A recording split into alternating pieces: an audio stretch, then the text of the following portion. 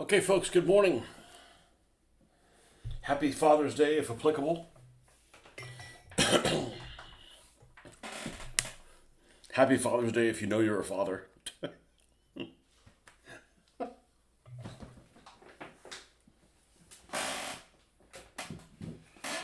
Okay. Let's see if we can pick up where we left off.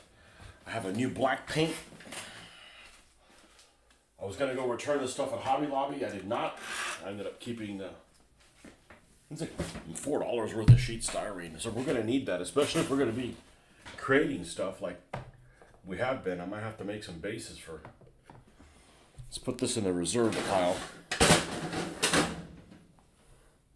And let's clean up this work area a little bit because it's a bit crazy. Bit crazy. Even though if we're going to pull this stuff right back out, here's the three tones. Yellow. This is one of the Japanese colors, right? Where's the Japanese colors? They all have a Japanese color. What's up, the Wolfman? Ulf, the wolf. Ulf Wilman Slayer.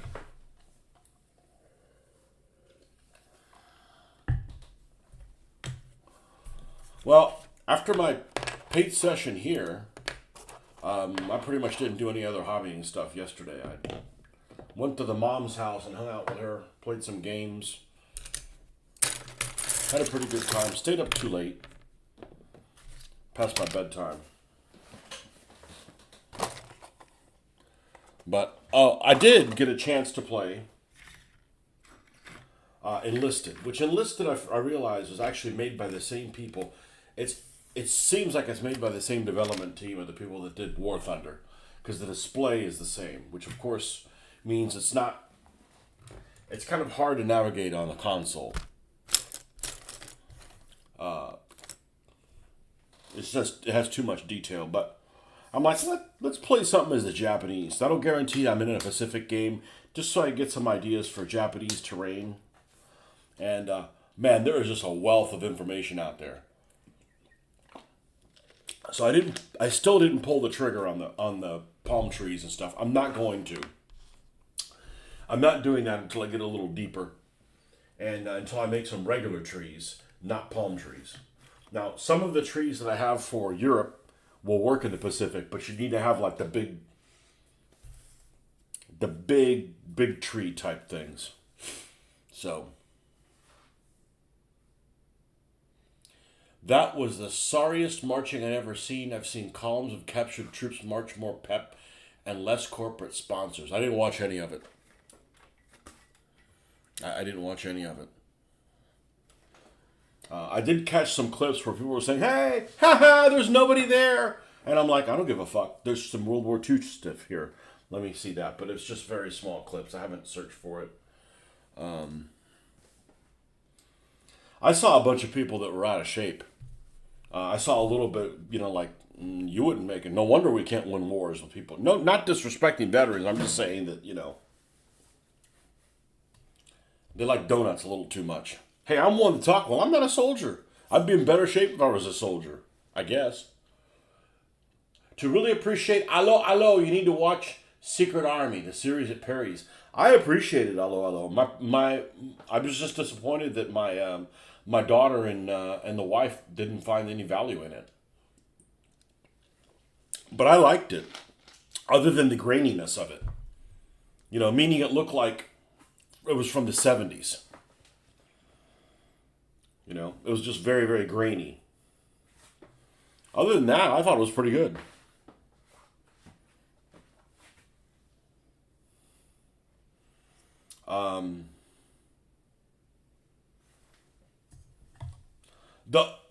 If it had been an American production, here's what would have been different about it.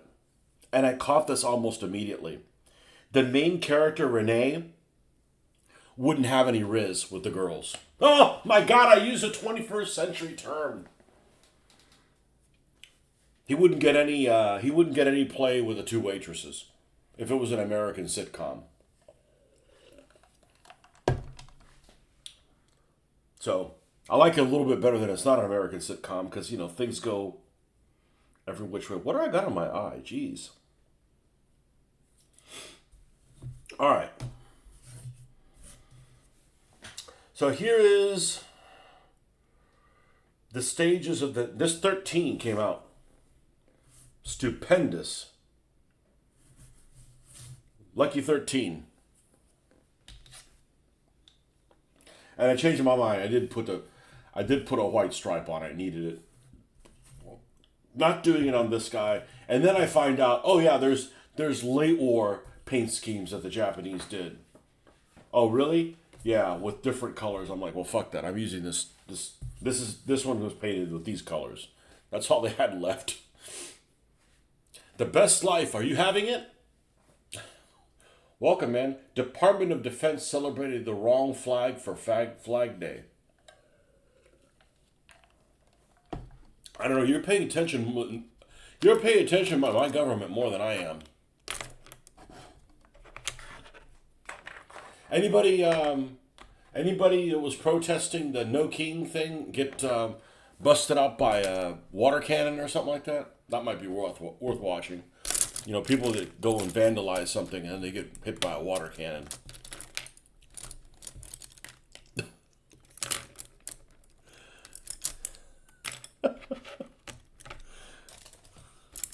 No, I minded my own business like I always do. Imagine that. Let's put some of this stuff away. But yeah, I'm pretty sure. There's a good chance I'm going to start working on that. I'm not going to do it right now because it involves airbrushing. There's a good chance I'm going to start working on the jungle outpost. To paint the jungle outpost. There's a good chance. Because I want to do some buildings. I don't want to do that big city one right now. That's a long project. That's a long thing.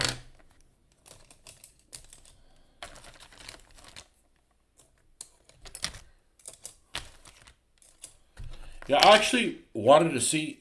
I turned on the TV, not the TV, on my phone.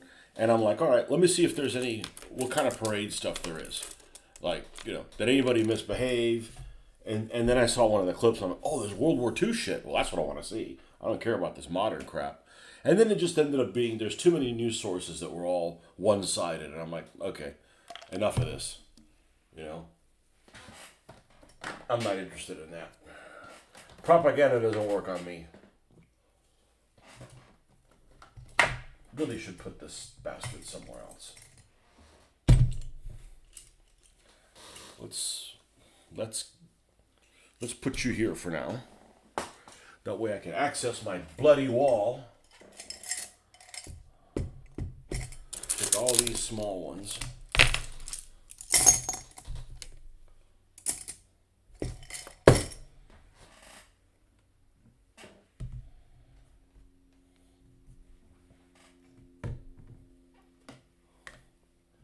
Yeah, I didn't do the Zoom call yesterday, and I don't feel bad about it.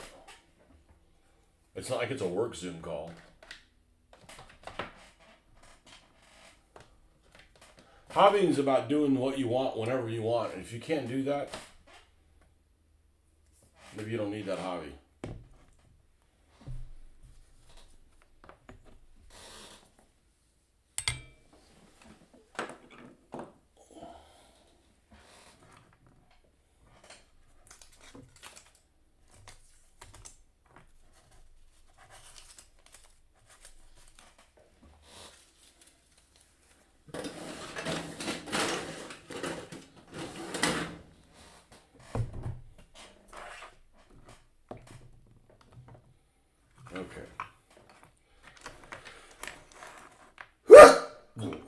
Here we go.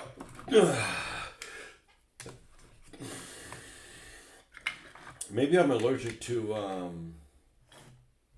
Ben. Another sneezing attack. Another chance to blow out Ben's eardrums. All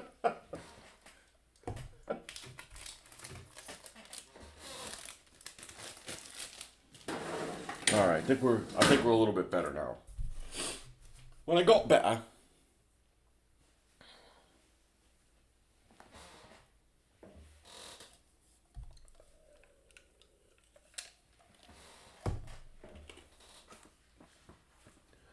oi!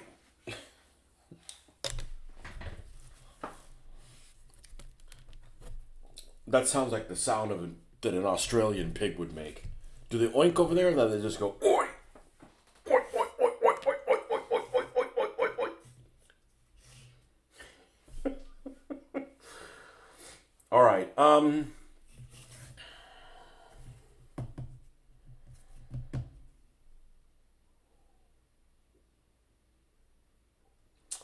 I feel like they need weathering.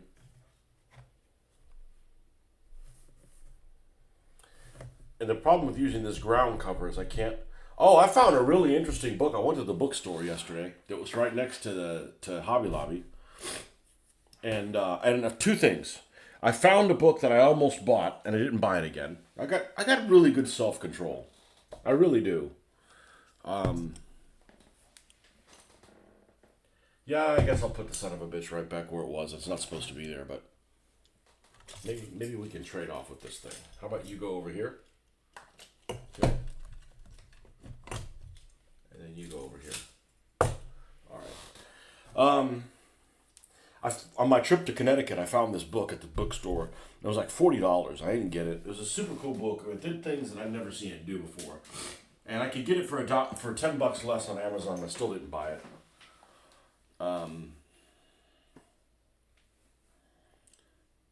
And some of you guys may have this. Let me see if I can show it to you, and I'll tell you what's really cool about it. It's in my shopping cart along with a bunch of mini plants.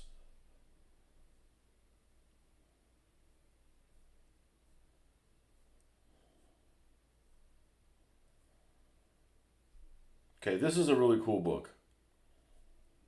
Okay, good, and there's examples of it. It's called World War II Infographics. And what's cool about it is there's all these pie charts and shit. The whole thing is all graphics. And, like tank production and all kinds of stuff that is explained. And I don't need stuff on the Panther. That just happened to be the place they showed on here. Oh, can I make it bigger? I can make it bigger. Can I make it go like this? Okay.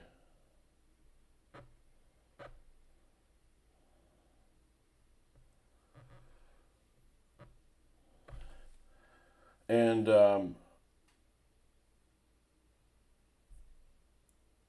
let's see if we have one that's particularly interesting. And we don't care about the SS.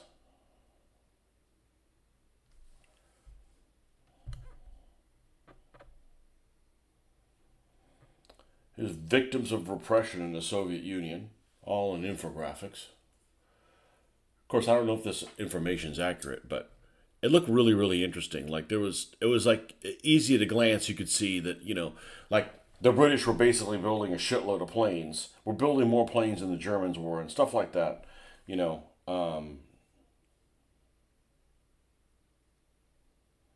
It's just not showing any of these good pages. All this is like almost like basic information.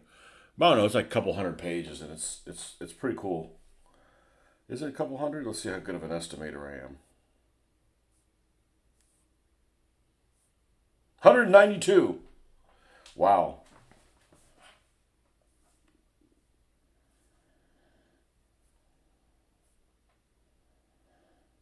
Anyhow, I'm having trouble finding. I thought it would have been easier to find how to make jungle trees. There's a lot of stuff out there, and they're like, okay, that method takes way too long. Like, okay, well, I'd get like three trees done a month. Like, we need to do a little bit more than that. It's not that every tree needs to be like that, but I probably need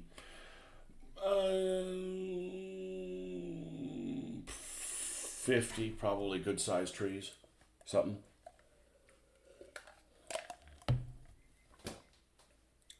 You watched that film I sent you last night? Man, it's brutal in parts. I'm going to try to watch it today. I'm going to try to set aside some TV time. I noticed that The Purge is available on Tubi. I've never seen The Purge. I've wanted to. I don't know. Maybe it sucks. You know. Organized hobbying is not for me. The reason I don't go to war games clubs is that you feel forced to follow the latest trend that's the fastest painter's set. Well, I just go there to socialize, but I don't know.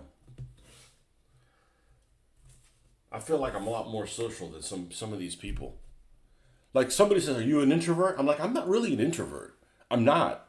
I'm not the most extroverted. I'm not like an alpha male. No, I'm just saying that I don't want to control people, but I don't want to like not be sociable with people. I'm tired of interacting with people that are just like, well, all I talk about is football and fuck you. I'm like, I'm done with you. Football and politics, and that's all I talk about. You know.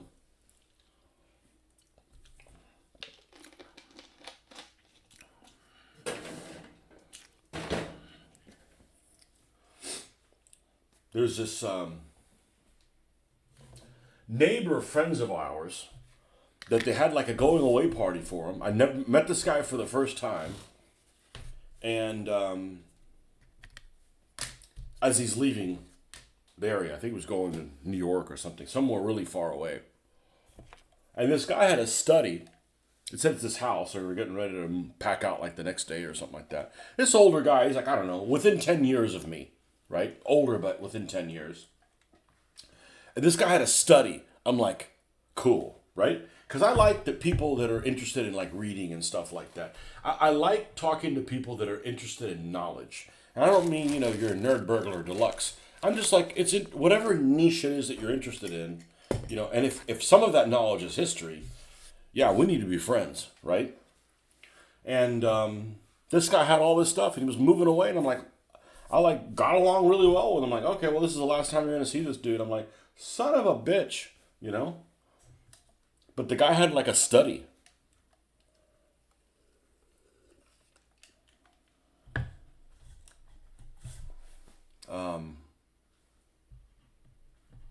Anyhow. So, I don't know what to do with the Japanese tanks because I got to figure out the basing. I'm not sure I'm going to do the basing on this way. So I think the way to keep this moving is let's go to the Shermans. We know what we're going to do the Shermans. We definitely want to get stuff done this morning. So let's blackline some Shermans. Now let's keep dark tone as the black one. All right. And we're going to need some new water. What do we got in here? Okay, we can use that.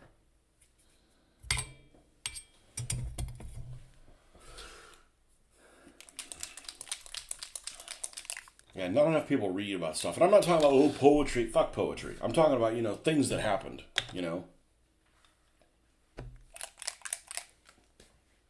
Would I ever consider trying clear basing on what? On aircraft or like on figures? Mondo. Documentary, but obviously some parts are refilmed, but the parts with hunts and Zanzibar look legit way beyond the limitations of film. What's Mondo? Well, I don't have to magnetize things because I'm not planning on traveling with this. Now, I still do because it's kind of convenient, but I don't have to magnetize everything. Like the plane's not magnetized. On vehicles, no. Why would you base a vehicle and then make the base clear? I'm not understanding that. I could see doing it on like planes. Now, here's the problem with the clear acetate. We'll call it acetate. It's sharp as hell. It's like glass light, so it's super sharp. So I am concerned about that, and I would be concerned that eventually it could get scratched. I've thought about doing it on ships, right? But I don't do ships anymore, and playing that stupid game keeps me from building ships. Playing World of Warships, as stupid as it is, as unrealistic as it is, it's not stupid, it's a game. As unrealistic as it is, it's enough that I'm not out there, building 1/700 scale Yorkshire gamer stuff. Like I don't want to get into that. That could be, that could be a problem, especially since I've got this rust stuff down, right? Like now I can do rust stains on the side of the shit. I'm like, I don't want to go there. I don't want to go there. Because at the end of the day, the gameplay that happens on that level isn't as exciting as this. And it's not that I don't like naval warfare, it's that most people don't like naval warfare. It's the first thing I got into, World War II wise, so for me like it, but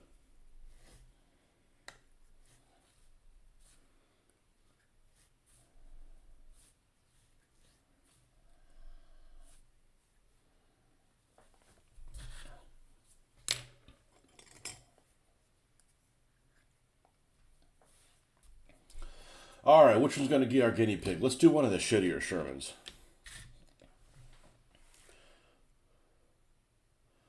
For sturdiness with more delicate models, probably not. I just don't see what the clear would help. Probably not. They're shiny too. What would I use clear basing for? Aircraft. Aircraft. I could see, getting, something like this and then using magnets somehow to put it on the stand. And I've seen them, these discs that are about, so big. And, you have to put it some reasonable height. You couldn't put it, way in the air. It'd have to be, a foot. I think a foot's reasonable. A foot stand, and that would be clear. But, I don't think that's very useful when it comes in. All right, you do an attack, roll for it. Okay, then it's gone. I'm like, okay, well, it's more useful as a ground target. But in the bookstore, and I think I interrupted myself, which that's what happens when I get so excited about seeing you guys or talking to you guys. I get excited. Is there was this Osprey book, which is hard enough to find at a Books a Million. It's this generic bookstore called Books a Million that they have all kinds of stuff in there, but they had Osprey books, and one of them was on Burma, and it was called something along the lines of, you can look it up, the recapture of Burma, 1944-45. And there was some interesting art in there. And there was some interesting maps, including some where the Allied forces had gotten behind the Japanese, and the Japanese had to break out. And it had, with the little military symbols on it. And they're like, the Japanese are on the wrong side of the... I'm like, wow, that's pretty interesting. But in looking at that book, there was an order of battle. So I went to the Japanese immediately. I wanted to okay, were there any tanks in there? And there weren't. Or they weren't in the order of battle anyways, in this particular stage. But it was kind of interesting that they had a book on that.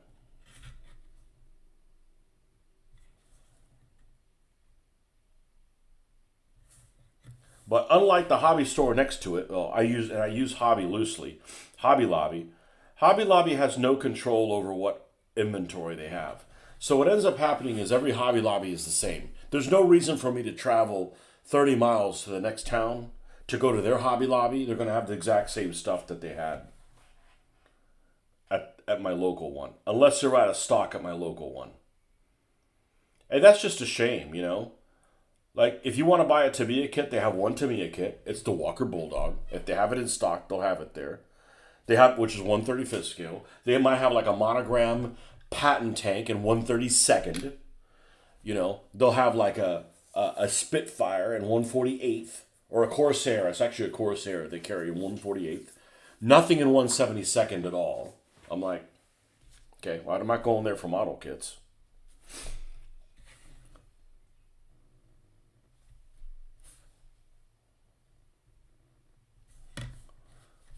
But that's why I was surprised that this Books a Million actually had different content.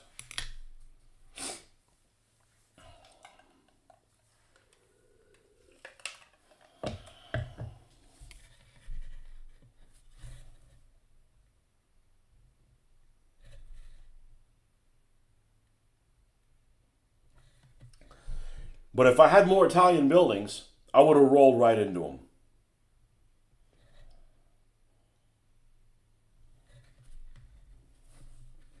Because that turned out very well. And it wasn't torturous to do. I basically could just I didn't have to pay too much attention to what I was doing. I was kind of free painting it a little bit, you know? So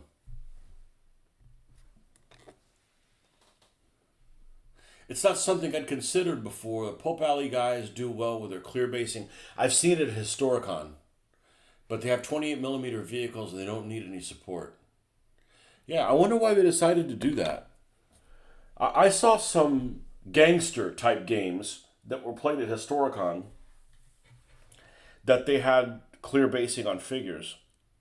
And maybe that was just to give it a bigger footprint without making a base for it. I don't know. I never really considered it. Even if you could deal with all those issues of it being sharp, another material that's not exactly fun to cut, you still have the problem of it's shiny. You know, you'd have to clear coat it because otherwise if you're right over it, it's probably not that bad. But if it's over at an angle and with the lights, you'll get shine on around the clear base, and then that just distracts you. It's just and then if you make it flat, well then it's not clear. Then is it? I don't know. I don't know that it would solve anything for me. I've seen it done on the ships, and I kind of like it. I'm not sure how I feel about it because you could paint wakes, which wakes don't bother me painting. It's the waves, you know.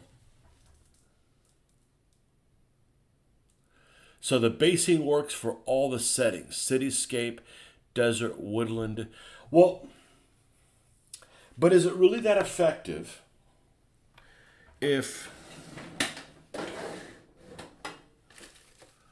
Come on, I had a dude here. Where's my dude? Okay, here we go. That's all they have. They're basically on feet. I could see it would work with feet, but if you have some kind of a base anyways on the figure, I don't think that would work, you know?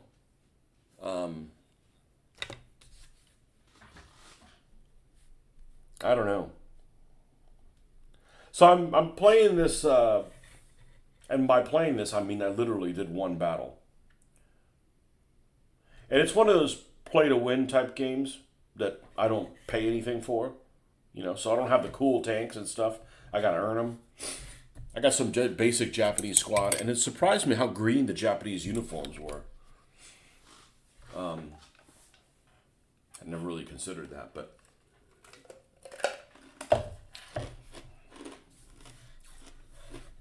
anyways, I played one battle. I felt like I did really well. I killed 13 things and died twice.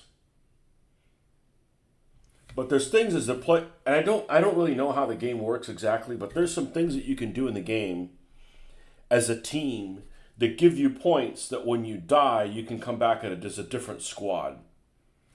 So you have a sniper squad, a submachine gun squad. You literally play one guy, and there's 3 other guys with you that are NPCs.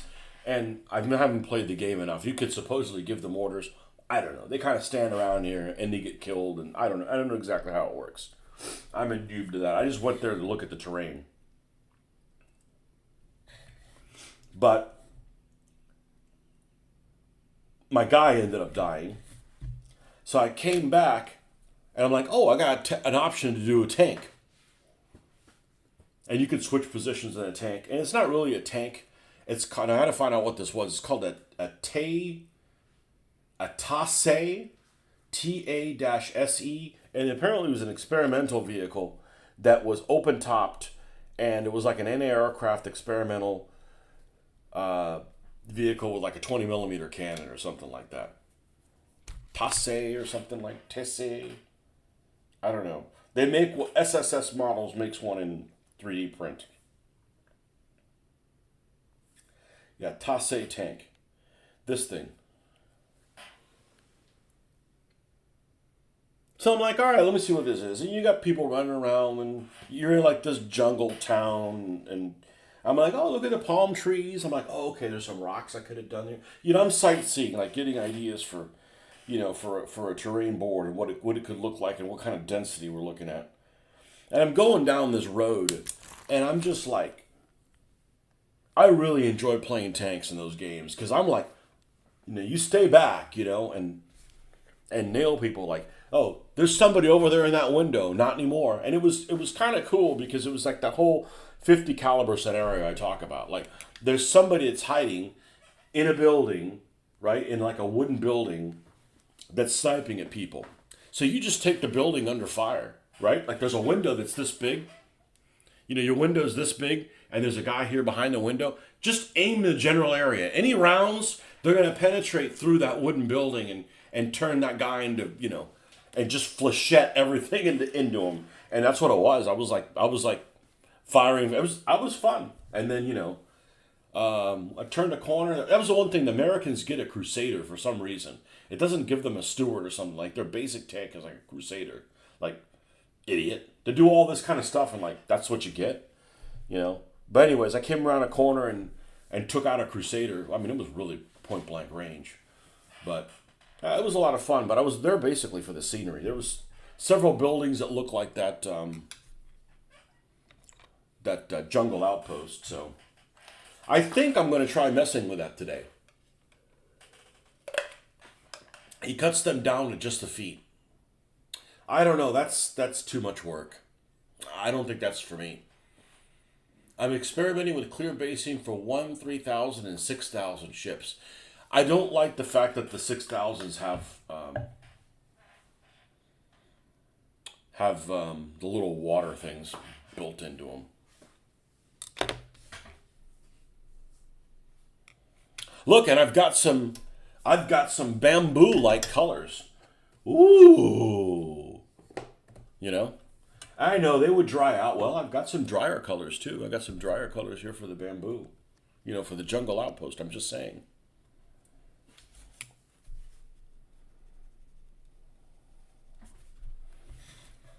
Jungalaya.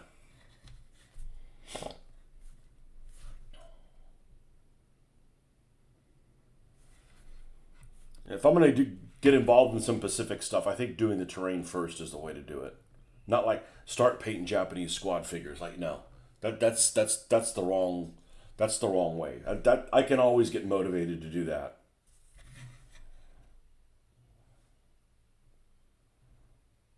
And I was taking notes on. So apparently in that game you also get a squad, and they give you surnames for the guys. Like this is Private Sakai, and this is so and so. I had a Sakai. I had a Suzuki.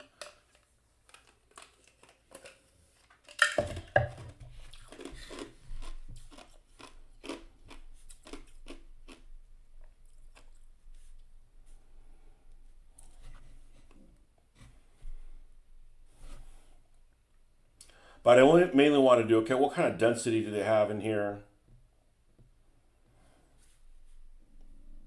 It was dense without being super dense. Could still like drive vehicles through it.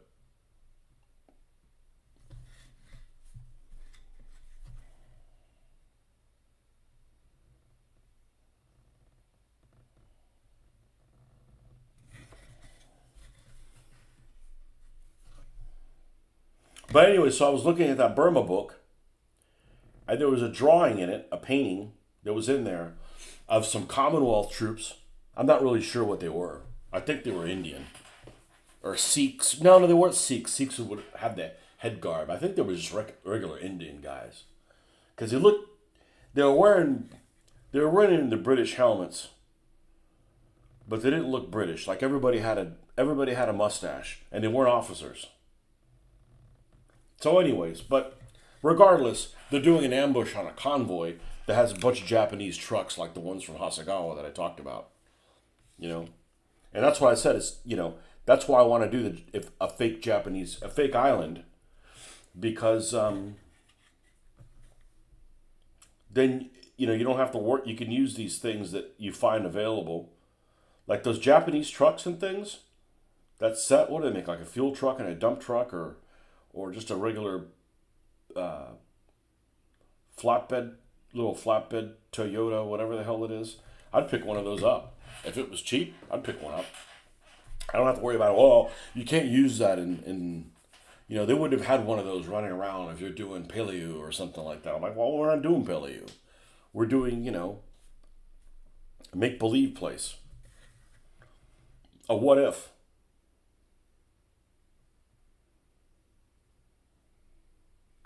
Now, the movie this one you sent me the link, is that the same one you said has a clue?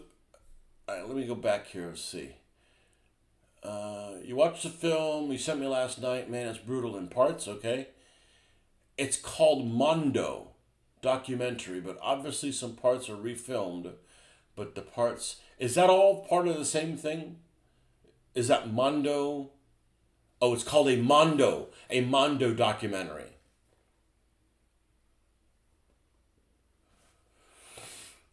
I'm going to try to check that out today. I certainly have time to watch that today. I'm literally going to, I have to go to the grocery store. I went to the grocery store on the way home on Friday, so I wouldn't have to go this weekend. And I made a list. And the problem with making a list is if you use a list, or if I use a list, and if something's not on the list, it doesn't get bought. And I left something off the list.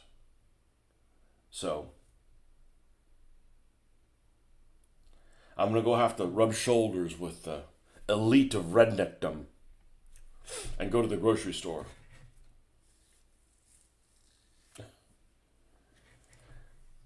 Have to deal with the parking lot. I've never seen a grocery store where so many people take up multiple spaces because they're hauling shit, right? They're hauling stuff in their pickup truck, and they've got, they're hauling like their ATV, and they're not parked a normal way. They'll park this way and park like take up 6 parking spots. The kings of redneckdom.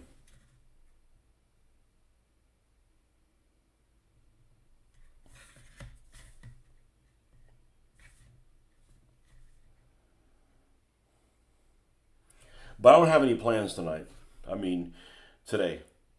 So, now, if I can't get on with it really well, I'll stop watching it. But I'm going to give it a fair shake.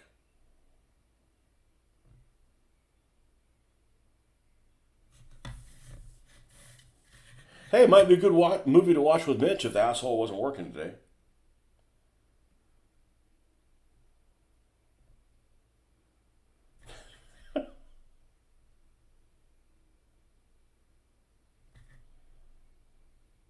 By the way, in the United States, The Devil's Double is available on Tubi. So if you haven't seen The Devil's Double, go watch it. You have to deal with some commercials. It's free. More and more people are living that lifestyle now. Redneckdom.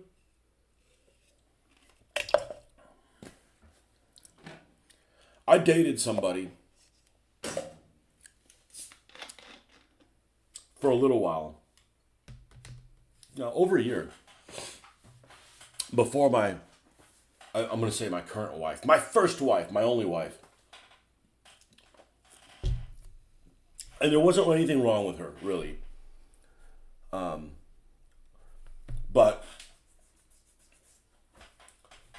her family, they lived out in the sticks, never went to college, they had their own business, and they seemed to be pretty successful at their own business. But divorced dad, remarried, the wife had kids, the kids were kind of loose doing whatever the hell they wanted to. The guy had motorcycles and a boat. I mean, not a huge boat, but he had a boat. I mean, even a small boat, a modest boat, cost twice what my car costs. Like boats are really expensive. Had motorcycle, ATV, might have had an RV, had all these toys as an adult.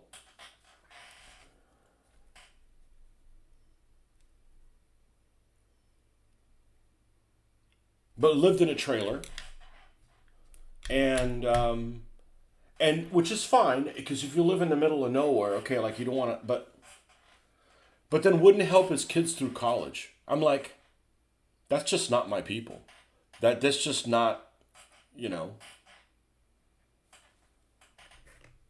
You got to help your kids through college. If your kids are going to go to college, you got to help them through college. I'm sorry, that's just something you need to do as an adult. Now, if they don't do their part and don't study and shit, fuck them, right? But that's just not how I was raised, you know. So, all right, so it's cool. So I'm dating. We go on this lake, and this has happened to me 2 times, and I'm not going to let it happen to me another time. I am not someone who's afraid of the water. I'm not. That's how we fuckers got over here to begin with, right?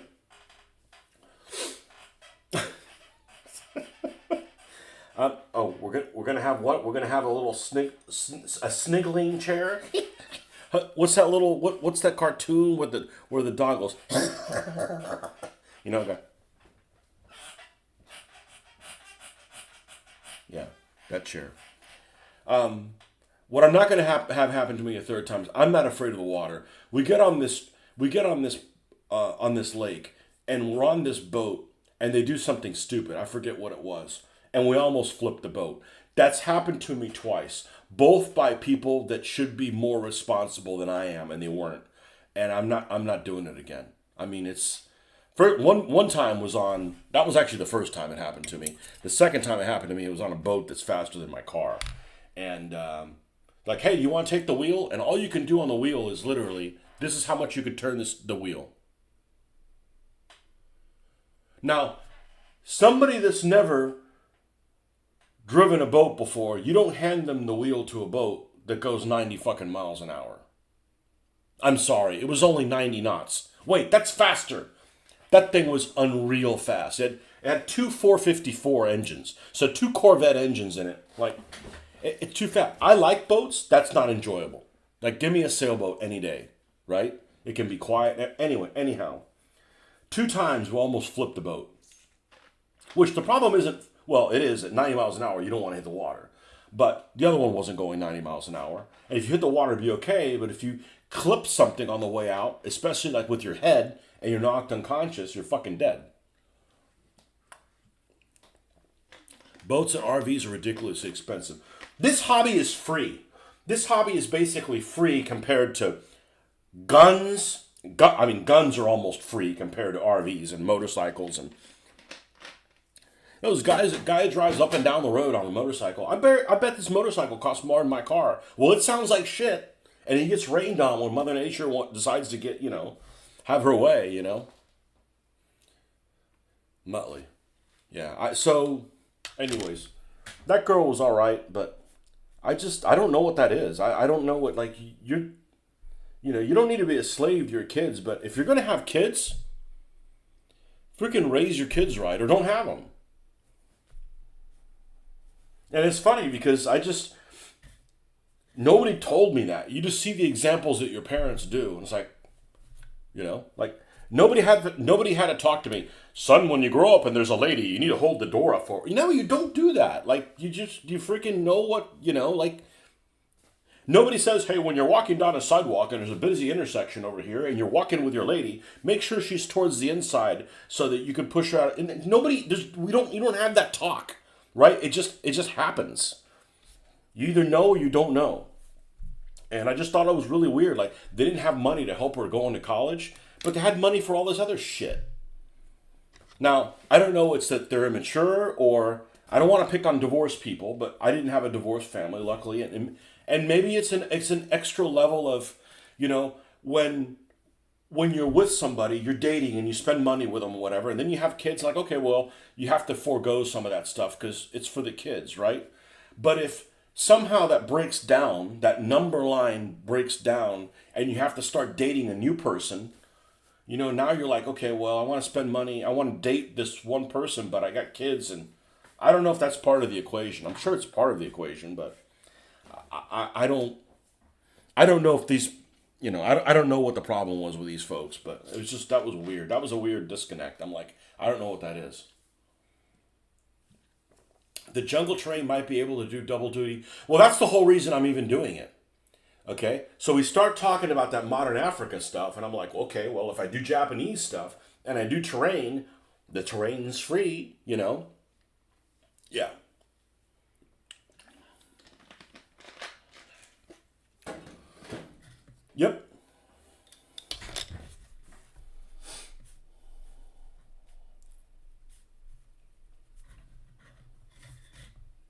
But what I really like about this hobby is whatever night it was, Thursday, let's paint this house. And I painted it. And I, you know, and if I was doing DVA, I'm like, oh, I can't think about doing this because I have limited amount of time because I need to finish this other project. Them days are over with. Like, I don't know what to do with these Japanese vehicles. There's something I got to do next to them. Like, fuck it. Let's move over to this. Right? Oh, let's build the Ranger Station or whatever the hell it is. As long as I'm working on something, that's all that's important to me.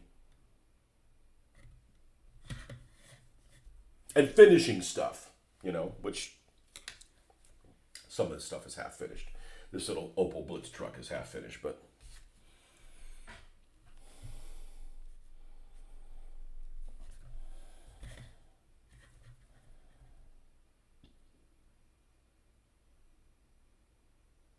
same thing. Am I going to finish the P40? I don't know, probably.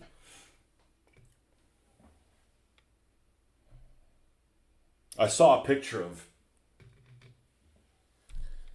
I generally don't get I don't get discouraged by seeing other people make really superb stuff on there. And I'm going to show you. I woke up this morning and on Reddit, which I don't go on there very often because there's a bunch of people that just don't know who their dad is on Reddit. I think that's what I'm going to chalk it over. Don't know who their dad is. If they did, they didn't spank them. Some people need to be spanked on Reddit. But there's some useful stuff, including this model thing. Now here's a Spitfire that somebody did, and they airbrushed it, and somehow they marked off the panel lines, and it looks like this. Now it's not finished. Okay, let me zoom in on this. This is incredible. I don't know how it's going to come up on my phone sending it over to the computer feed, but whoever this guy is did an incredible job. Look at this. So I look at my stuff that I'm really happy with, and I'm like, fuck, it doesn't look that good. I could do it, but I'm like, at some point, I've got to cut some corners or I'm never going to get anything done, right? But like, that's amazing. That looks better than a real aircraft. Actually, my aircraft look better than a real aircraft. You look at a real aircraft and I'm like, man, you can't tell the panel lines. It's all like, boring looking. But there's some superb modelers. Of course, if it's not 1/72nd scale, it doesn't really count to me. I don't really, I don't care about those other scales. Think the tactical painter? I did. I think I watched his this morning. I think what I'm going to do is I'd like to find this stuff. I'd like to find this in black. Because if not, I got to spray black. Okay? This is what I used for my hedgerows, and these are 20 years old. I bet they don't even make this company anymore. I bet this is made in the USA. Yep, I bet they don't make it in the USA anymore.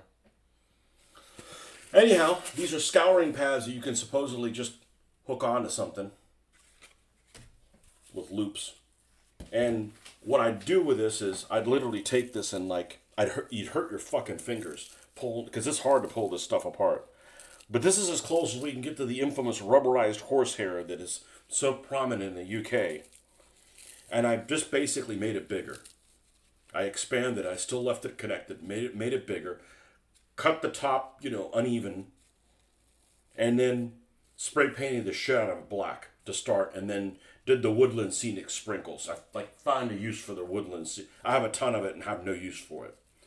So I think if I had to decide right now how I'm going to do trees, I'm going to go to the hardware store, see if they have any of this in black, because it saves me from having to make sure that we get black paint all the way in the crevices. And then use this as the foliage. And buy the Woodland Scenics tree armatures, which are relatively inexpensive. You get 28 of them for like $15 or something like that. So it's not insane. You basically spend $30 and it's all the trees you'll ever need. And I think, then the armatures, it's the same armatures that my other trees are on. And because we know that works. Because I definitely want to keep that going. The whole, the trees on magnets. We definitely want to keep that going. That definitely was a win.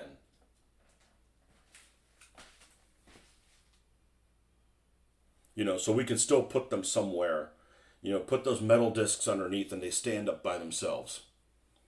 That was definitely a win. And this just has one color dry brushed on it. And it's, you know, I mean, I could do more colors than just one on the trunk.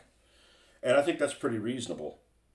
And I think it'd be reasonably priced. And they would look different than these. You know? Although I wouldn't want any trees that are smaller than this for what I'm planning. Because they need to be, you know, ones that have been there forever. So, anyhow.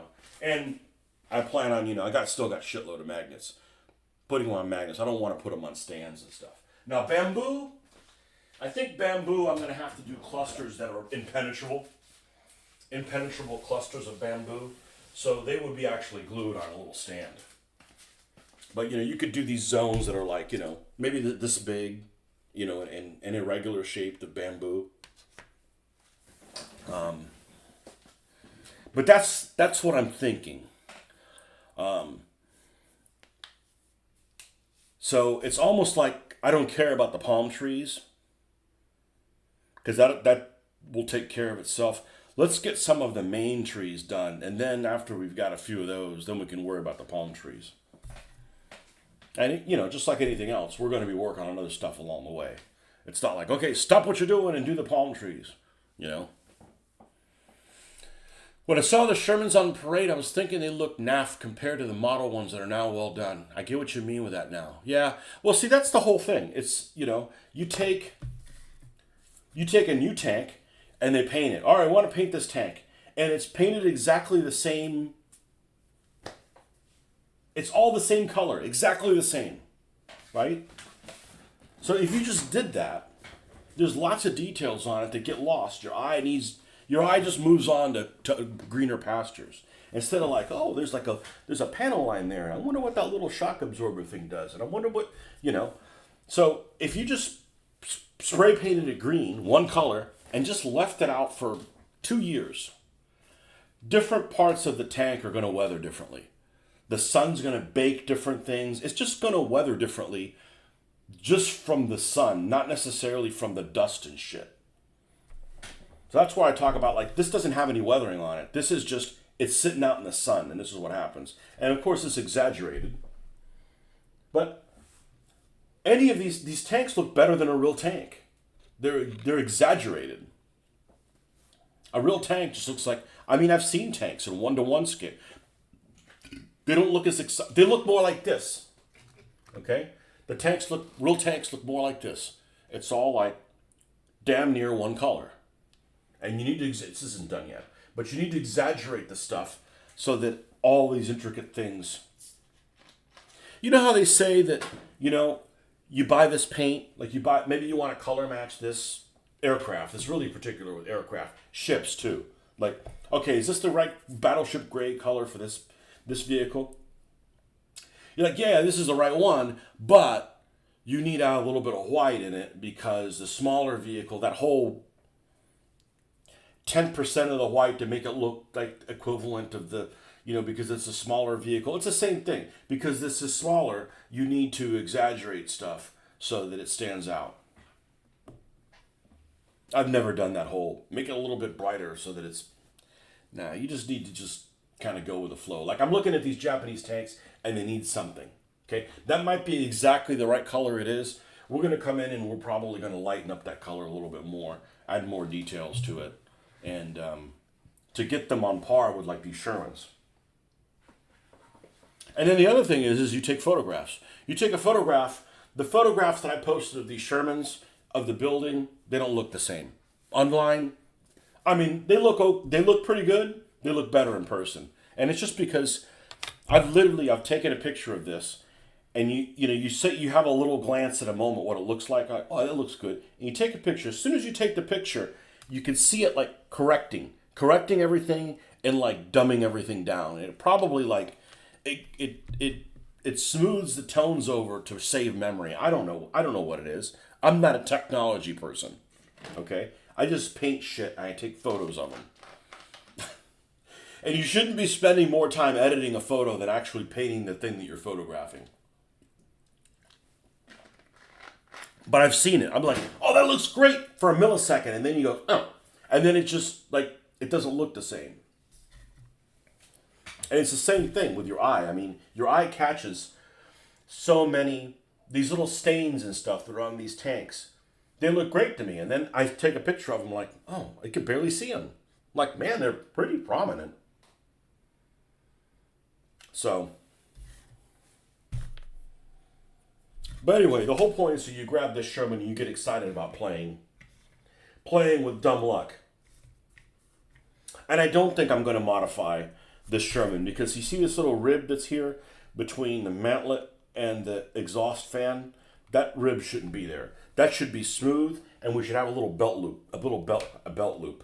Yeah, we should have a little loop there. Am I going to go back and modify that? Probably not.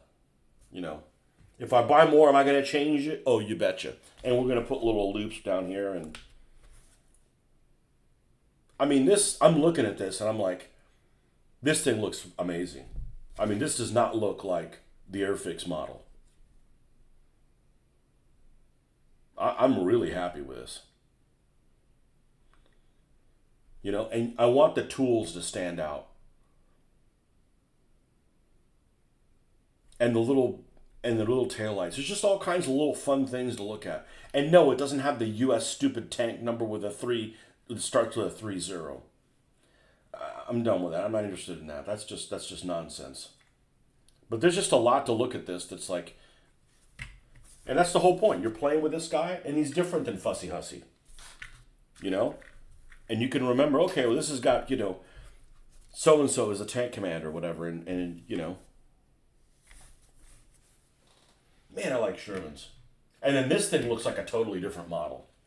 This just looks like a Tamiya model shrunk.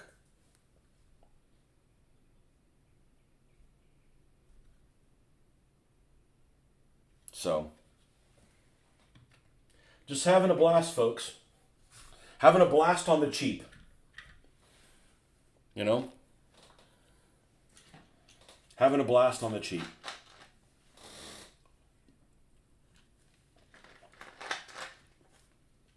So one of the things I've been searching for is the Model Power HO scale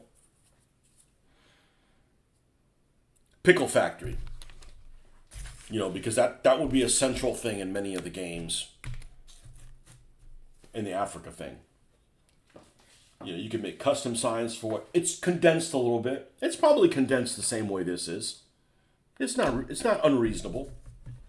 You know, you still have a floor plan where you can fight inside.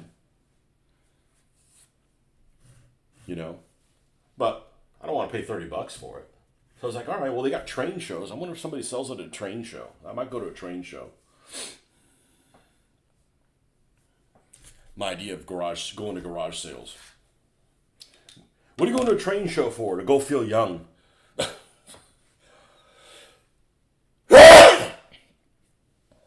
Wake up, Ben.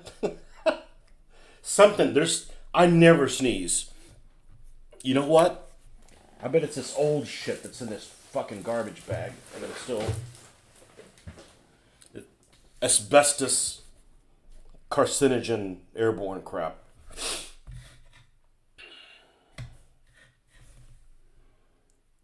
Need to go throw that away.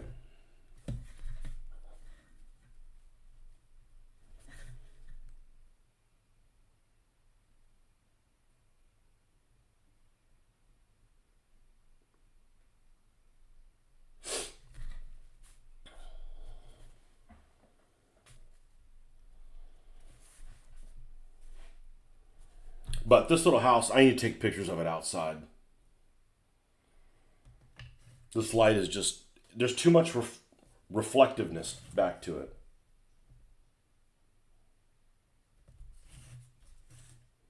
And it was nice to use the craft paint. I mean, I got a lot of it. All craft paint. Well, except the windows. No, the windows were craft paint. Yeah, everything.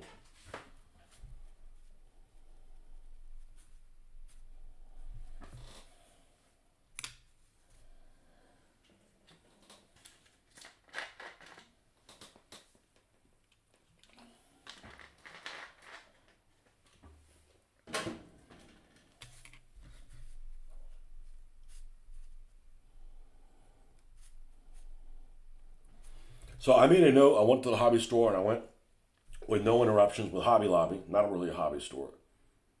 Glorified craft store. And took note of what they had. They had big bags of lichen. I said, okay, well, lichen could possibly work. But lichen's really expensive. And it has a funny smell. It's not necessarily a smell I dislike, but it does have a funny smell. So, lichen one color and then paint over it to give it a couple little depths of color. That probably might work okay for some of the jungle trees. But I think probably using the Woodland Scenics armatures is probably the way to go because I still want to do the magnet things because then I have flexibility. They're easy. They store a lot easier instead of like having these big pieces of MDF that I got to find a place where to put them. I think that's the way forward on that.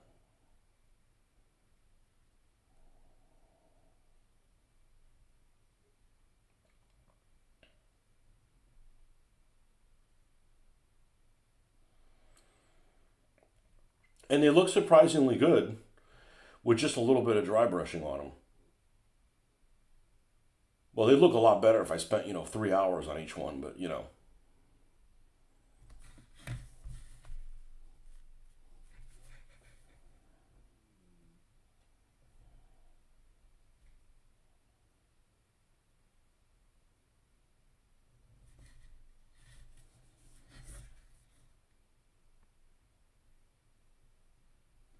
There's a fair amount of detail on this thing. You just got to make it pop out.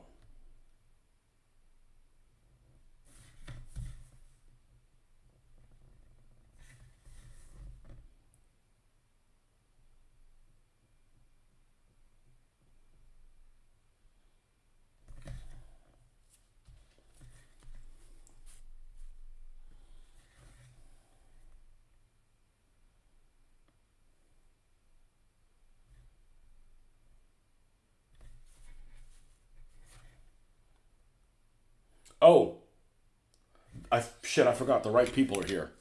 I wanted to bring this up the other morning. I brought this inside because I wanted to show Jeffrey and Ben in particular. Here are some vehicles that I got for the Modern Africa thing that I haven't finished. That I was painting them the old way. And the old way just takes too long. This is the new way. And here's a couple, I believe these are Ford Broncos. Man, there's a lot of dust on here.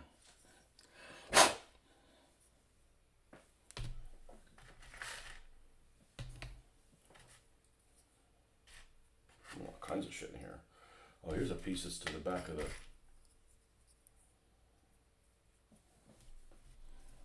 Let's see if we can kind of put these together so you get an idea of what these are.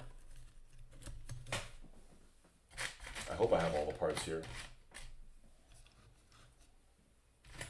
No, I'm missing some of them. Oh, we got a crooked spider flag there. That 3D printed. Get that off the internet. Anyhow, they have a front here too. I don't know where that would be, but these are going to be a couple of Jeeps that the main faction drives around as part of a convoy. I think they're Ford Broncos. And I don't get real anal retentive about the tires. I know there's people that make aftermarket tires. That's like, why would I want to buy a vehicle that cost $1 and the tires cost $6?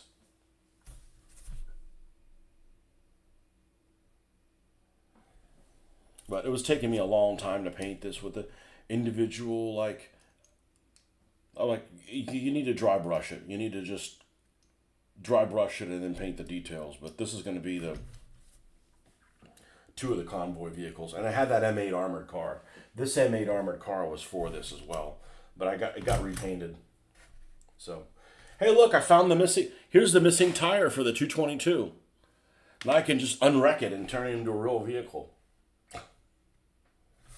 Anyhow, I came across this the other day.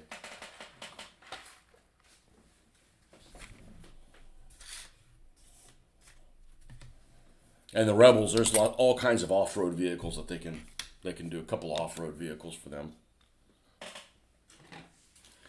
I got a short school bus that the little child soldiers drive in.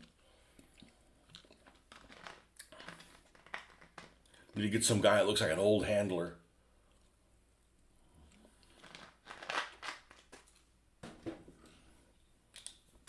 Anyhow.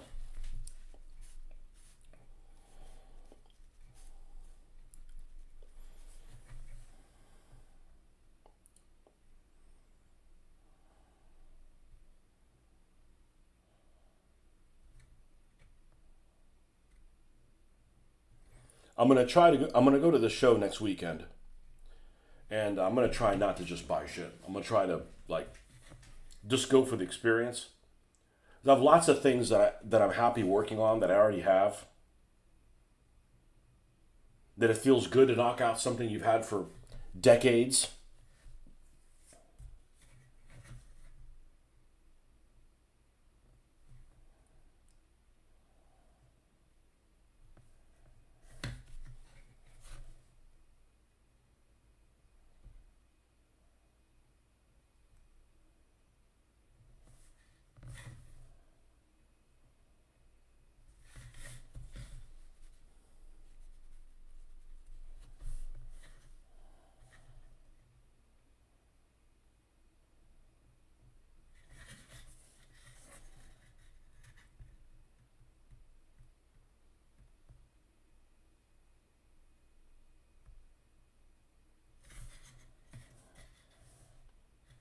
I mean, I have a shitload of vehicles where gas lands. I mean, like a lot. I don't know. Probably close to 50.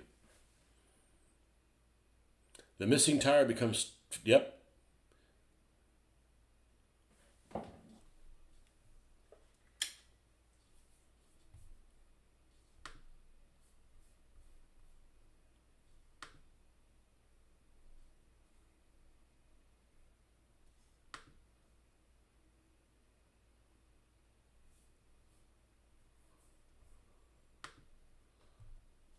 Yeah, we ain't got time for comments like that. What the hell? Your mom's calling. You need to go make your bed.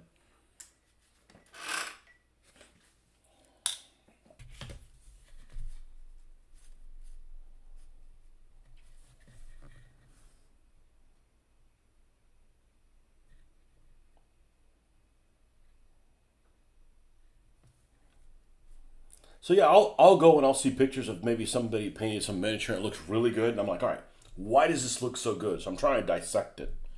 Oh, they're exaggerating this, or maybe they're highlighting this, or you know.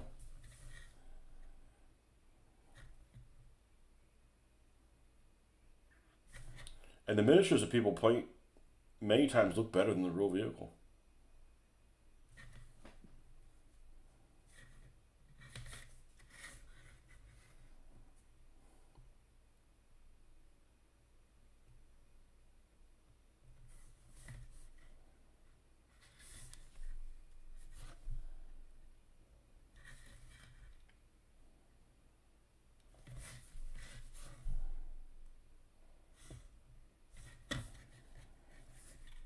And I've just made the decision that I don't do this black lining on this on here because it's like, okay, well that's just going to be too dusty. So that's like that dust I don't use. That's my write off. That's my write off for that. Imagine how long I'd be on here if I did that too. You know, because there's all kinds of nooks and crannies on there. I mean, it already has a dark wash on it.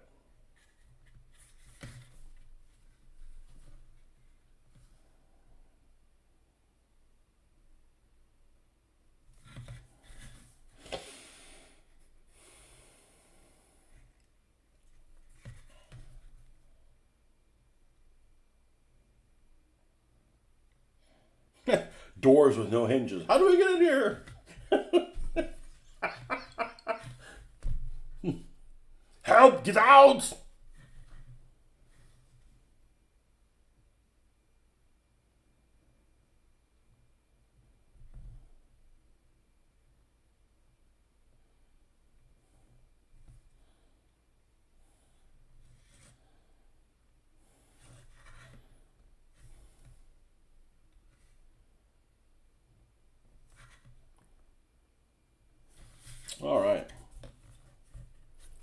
Is this the one that goes with that one? Could be. It's one of them.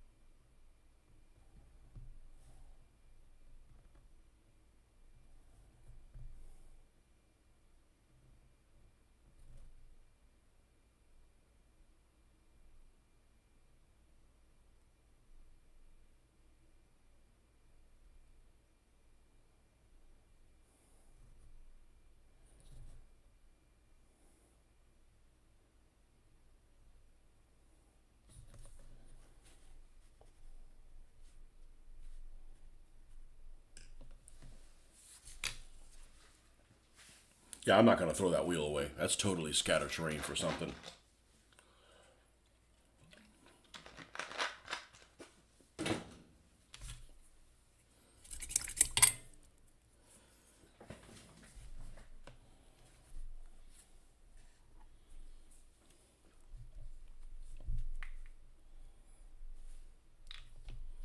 Marcus isn't here. You must be doing Father's Day stuff. Hey, for Father's Day, why don't you cook? Why don't you make breakfast for the whole everybody in the building?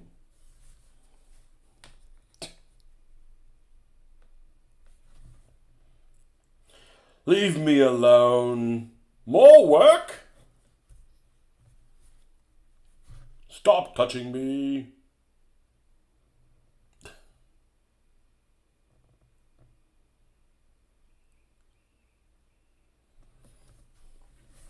Everybody's played that. Many moons ago. Lockdar. Scruggle. I hadn't heard that in probably over 15 years. Scruggle.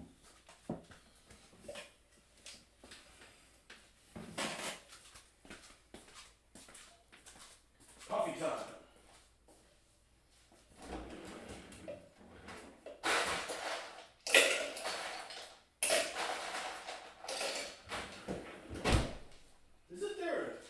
There's like an outcropping building on the jungle thing, isn't there?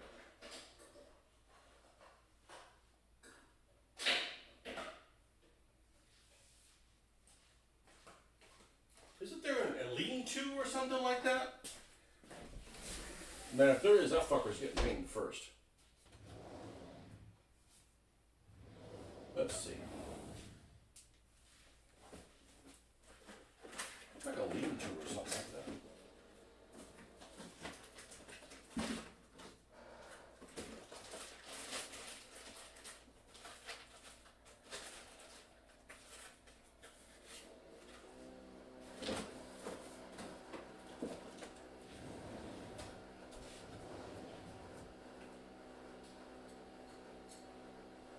There is. There is a lean-to. That's what you practice. This is what you practice on. Make sure you get the colors right. So my initial reaction is, so this doesn't look boring, is,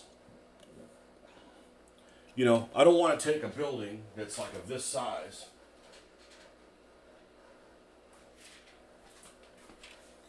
and paint it all one color, which technically it could be all one color because it's bamboo, but so what we're going to do is we'll practice on this little one. And I'm not going to do this until I can go out to the spray station. And you've got these fronds material, okay? So as this material dries out, this is just me brainstorming. The first thing that's going to turn brownish is going to be these leaves. Okay, they're not going to be able to hold the moisture in. So these leaves are going to be, or the fronds are going to be more of a this color. Obviously, they're not going to be exactly this, but they're going to be more like that than the poles. The poles, I'm still going to let them retain some of their greenness, just for contrast. And same thing when you come across this, you've got, you got the walking boards that are basically made of these slat looking things. It's just bamboo right next to each other. And you've got this interwoven type material, so you can have basically one color here. It's not all one color. It's still gonna have shades and stuff in there, but one base color here. All the flooring, right? Some of the flooring will be worn a little bit different than the others. This batting or whatever on the side will be one. This tinkery thing almost fell off. I need to put a little brace on it. Make a little brace that gets stuck on there. And so the bamboo will be one color, the side will be one, and whatever the roof is, it'll be a different type of color. And with some little variations in there, it's going to look really interesting. Instead of it being something that's like, oh, I just painted it like dried reed color. Like, okay, that's not going to work for me. I'm not going to be convinced. I got to convince myself of it. Now, what is this? Is this another piece that...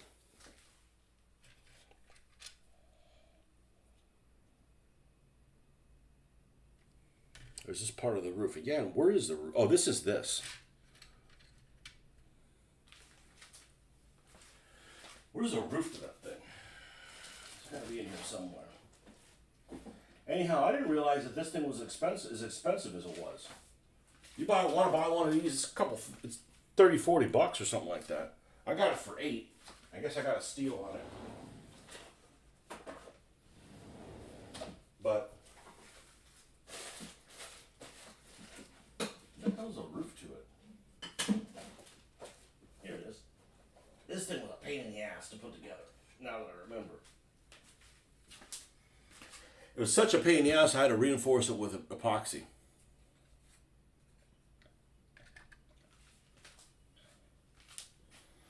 Now this is all fun and games until somebody with a hog-o is upset at these guys and pulls something like a Porky's and runs into the bottom and knocks the whole damn thing down. See, I remember that, even though I haven't seen Porky's in 30 years.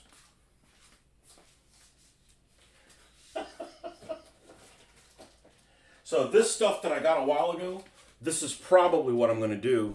Add a little bush here in the corner here of this and cover up that boogered up hog-o corner. It was just a crappy model. Alright, let me go grab the coffee, but we're going to spray this today and start working on it. I know a lot of you will enjoy that. I probably will too. The buildings are pretty cool. But we got lots of different shades here that we can do.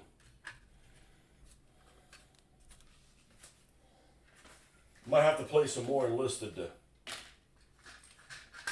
putz around with Enlisted to get some ideas from it. Use little boys' room, I'll be right back.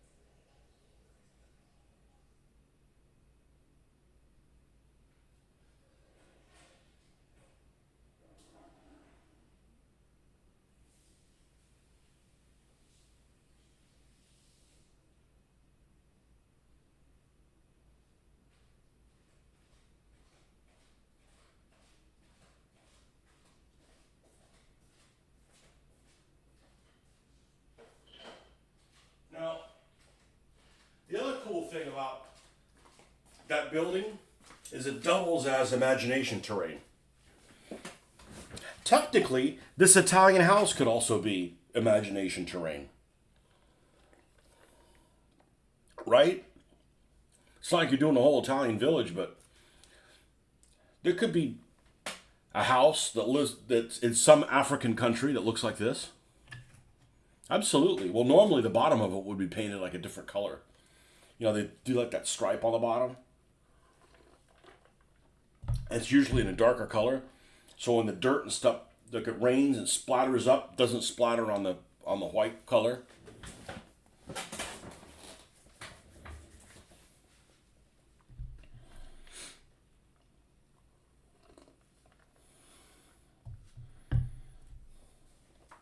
Good stuff ahead, folks. Good stuff ahead.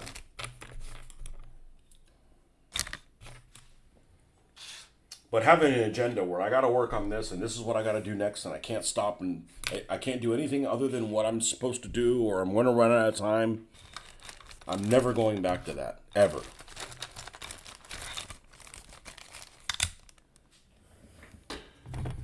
Unless I don't have anything to do and, I'm retired and don't have anything to do.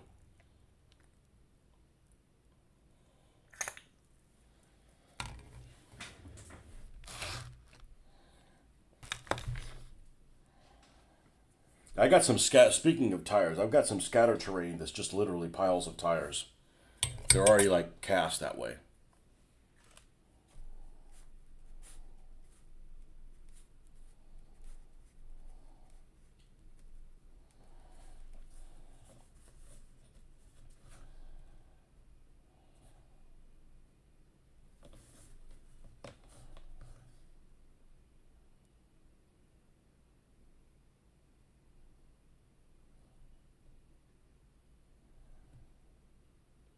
Maybe what we'll do is if we'll do an afternoon session where I start working on that house, I'll pull out my modern Africa stuff. I'll bring my modern Africa figures out. I know where they are, more or less, and we can take a look at those things. I mean, if you guys want.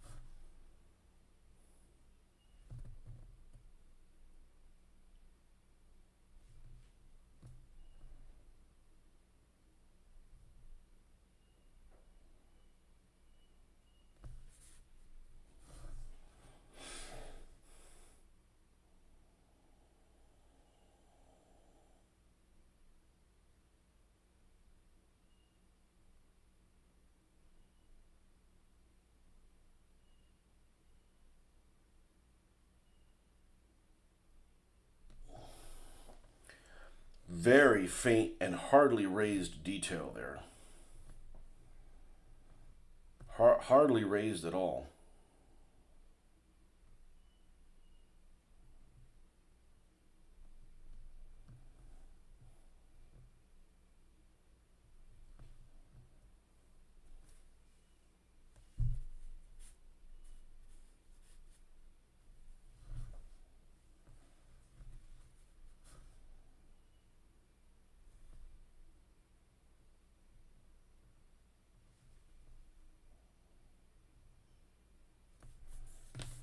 Okay, I think that the initial black lining on this vehicle is done. Let's do the other armor fast Sherman. Not so fast, armor fast.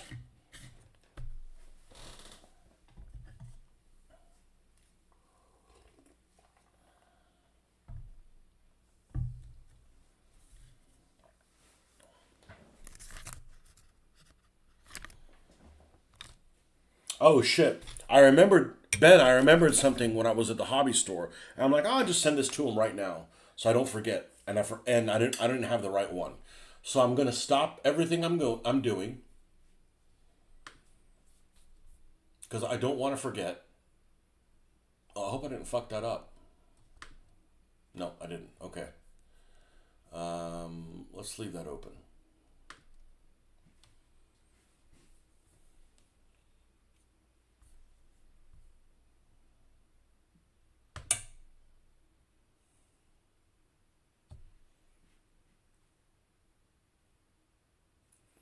What the hell is 12400 ship list?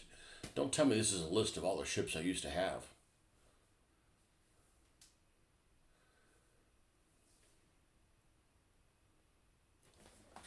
Let me stand up. God, I suck at using these progressives. I'm so anti-progressive, I can't even use progressive lenses. Oh, no, that's not what this is. Okay.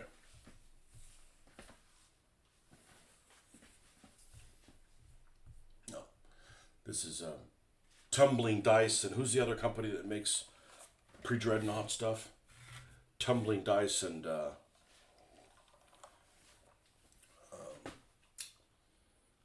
people that make the 1/6000 scale stuff. Hallmark. Yeah. Yes, I want to view these files again. All right, let's see. Where am I going to find this?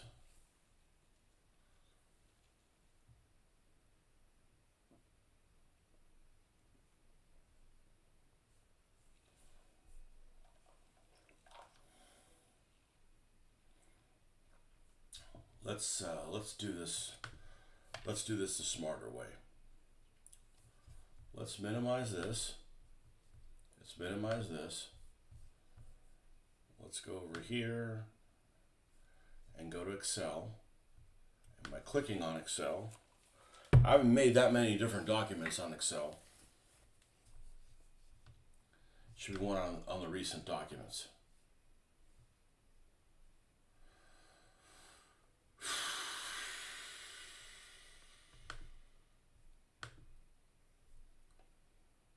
Open.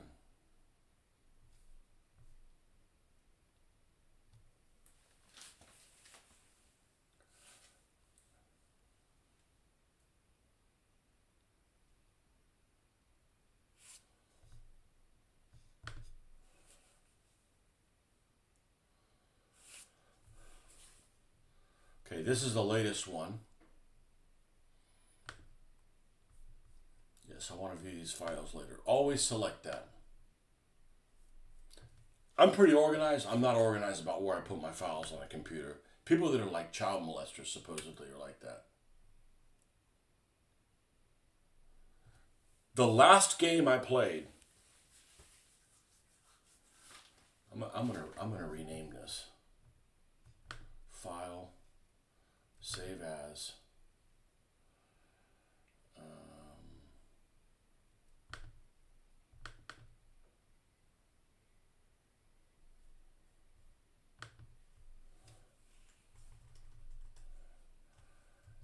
Final scores. Save. The last battle I played in DBA was Marion Roman versus Scots Common.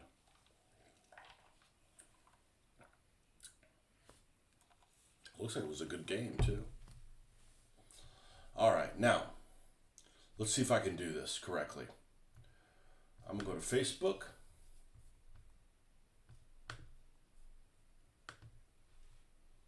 Ben, you still alive? Did I put you to sleep?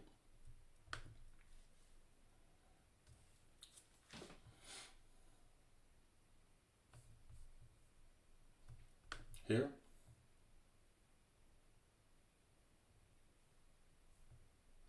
Here.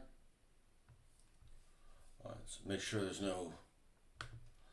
nothing. I'm not sending you something I shouldn't send you. I even have my Field of Glory 2 games.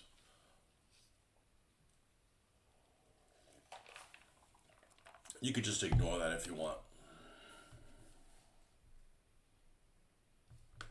RRR games. I haven't played that since 2013. Versus People. Okay. So this should give you an idea of... Let's close this. Come on. All right. How do I attach?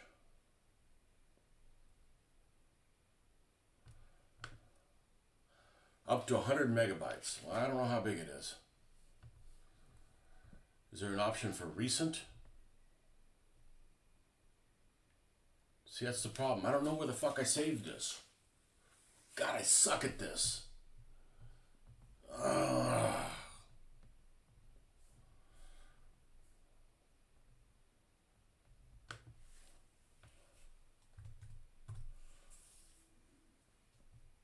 Yeah, not that one. I want the renamed... Fuck.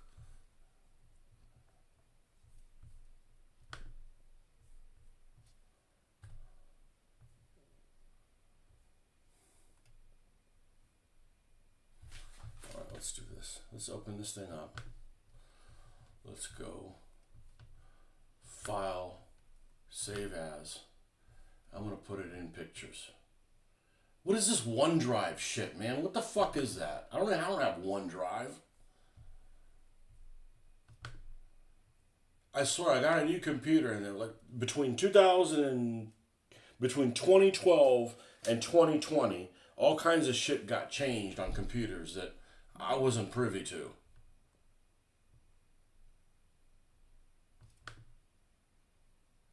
Okay, now I should X out of this. If I don't do this, I'm going to forget. Days will go by. And I don't want to I don't want to do that on purpose.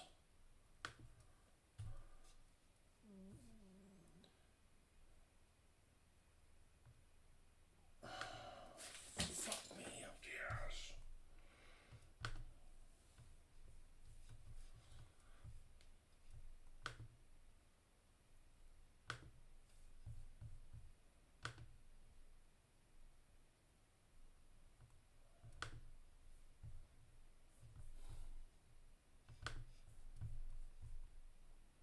Then this, folks, is what I suck at. No. I don't want a bloody sticker!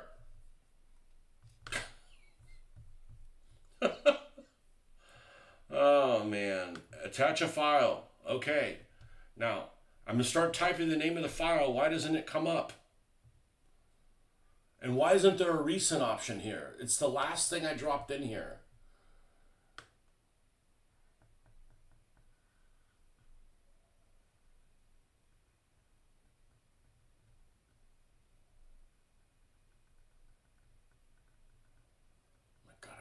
I have too many pictures. No, that's not the one I want. I've changed the name of the goddamn thing.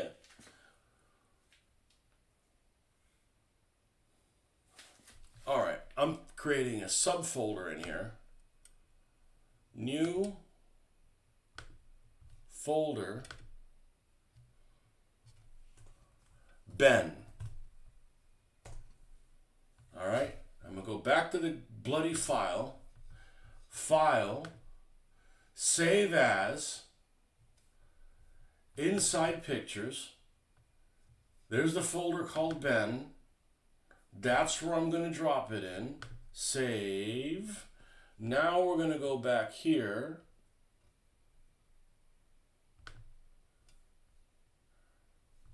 X this out so it's refreshed. Open this back up. Oh my God, this is... I don't know how technology people can do this. Like, I would have already finished painting 3 more tanks during this time. Ben, here it is with the final scores. Open it. Watch it be too big.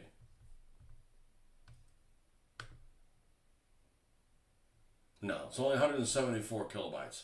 All right. Good Lord, I need therapy now. Man versus technology. I hate it. I suck at this. And I don't want to be good at it. You know? Okay, now where's my... Take a look at that, man. There's all kinds of food for thought there. All right, now where is my video that I was filming? Because I have no idea where that screen is now. X this out.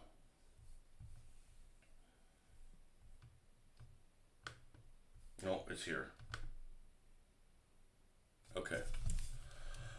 Yeah, that should give you some food for thought.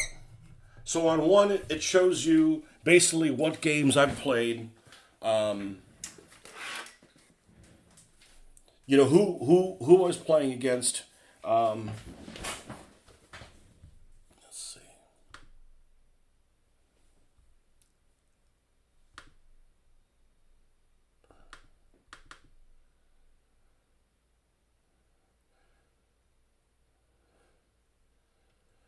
Okay, so yeah, basically the date, and it's in reverse order, so the newer games go towards the top. If it's red on the line, it was a loss to me. If it was an event or it was just at somebody's house, what army I used, what the enemy army was, who my opponent is, if I won or lost terrain, if I won or lost the game, the units I killed, the units I lost, you know, and basically a rundown of how many wins, how many losses, how many draws. Now, as you go towards the bottom, and then I also have a notation on there like what size board they are, and I put a note on there if it was filmed or not, right? So if you go all the way to the bottom, and also there's a notation whether it was 3.0 or not. So there's if it's purple, it's 3.0. So you can see the vast majority of the games are 3.0. You go all the way down to the bottom, and you'll see that some of them have some missing information. Like, I don't remember what the score is. You know, there's a couple of games I just didn't write down the score, got lost, something like that. So, like, oh well, then your article isn't accurate. I said, okay, well, should I just not include those things on there? You know, it makes my win record look better. I remember if I won the game or not, who I played. So there is some missing stuff, but it's certainly the exception to the rule. Then the next page is I broke down the number of people that I broke down, and it's usually in the order that I played them in. So the more recently I played them, the more they are towards the top. Win-loss, Mitch and I are tied at 50-50, 477 games to 477 games. Like, okay, time to throw in the fucking towel. I was ahead of them like, I don't know, 10%. Nothing significant. I mean, it was still pretty even, but people that are wins, you know, are green. People that are losses is in red, that have a losing record against. Some fuckers I have a losing record against, and they went and died, so I can't ever back up with them. It's just something to look at, you know.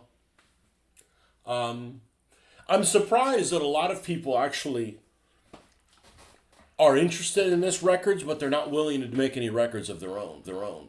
Like, I know one person that travels frequently, and they're always like, I think we're still ahead. Like, he's like worried about like not like overly competitive, but just like it's interesting. There's a lot of interesting stuff in there.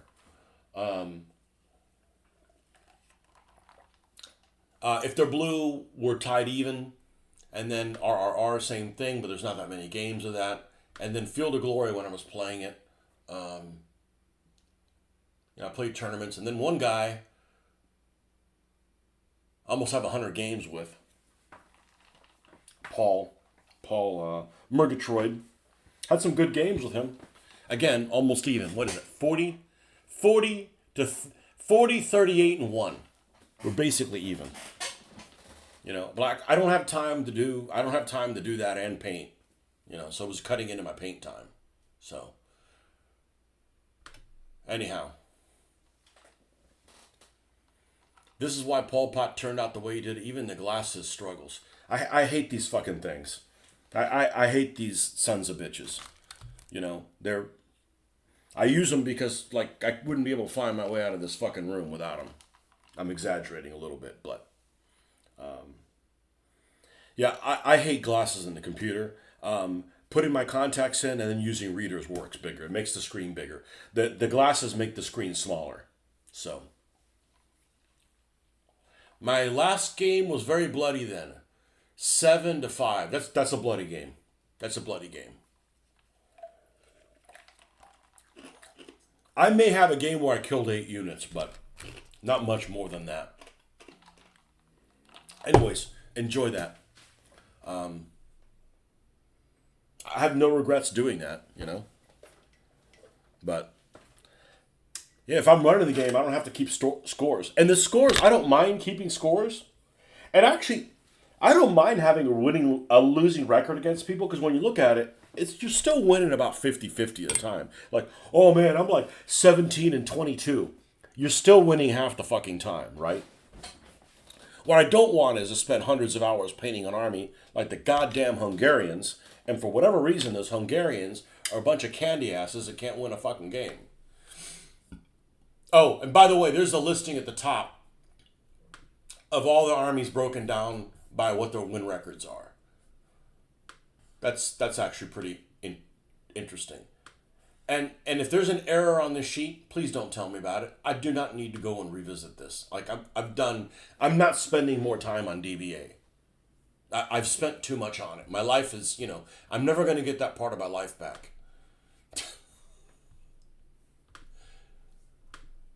But if you look at the, the win-loss rate record, if you see at the top the armies, which ones are in purple, those are the armies that are 3.0 compatible. And you can see the vast majority of them have a positive win record. But then you've got some sons of bitches. The Ottoman Turks. Well, nobody claimed the Ottoman Turks was a good DBA army. But I still love playing the Ottoman Turks. What's the record here? Leader Hungarian 12-15. There's no reason they should have a losing record, but they do.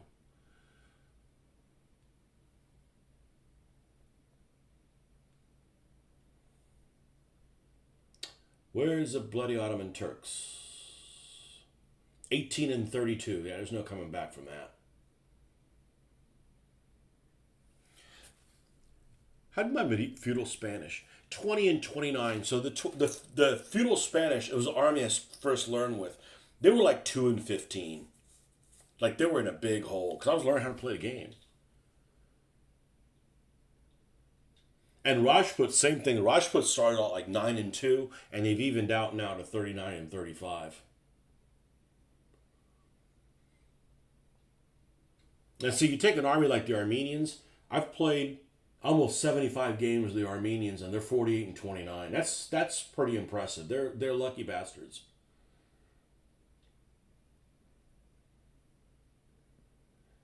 Medieval German 41-21. That's pretty good. But there's luck involved. Early Burgundians, never lost a game with them. 6-0.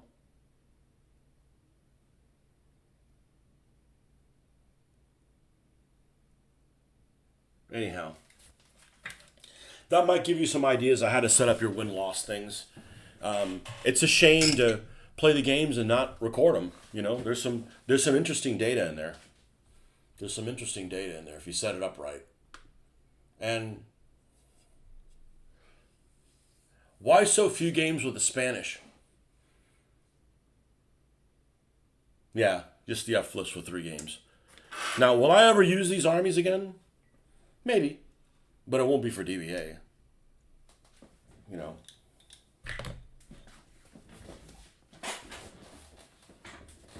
If I do it, I stop doing all this. Like, I don't want to stop doing this. Like, I'm not that interested in playing, really. I've played a lot. So that's why, I go on Fanaticus and you see the number of games, and that's not big battle games I've played or scenario games I've played. Those aren't listed, right? Because you can't put big battle games on there, and they're all the same. And I was adding them on. What's the name of that damn place? The geek. What's the geek thing?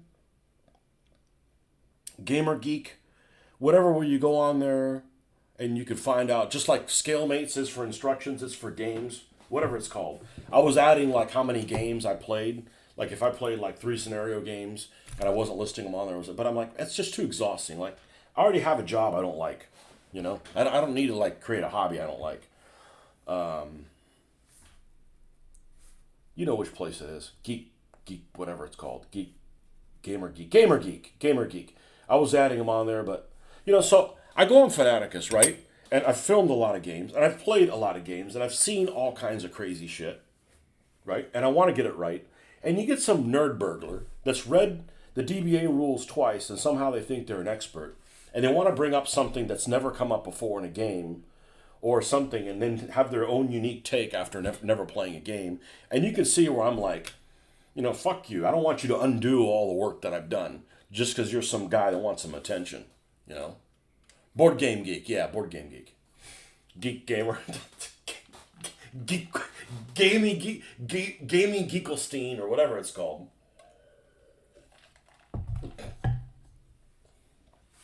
Oh, man.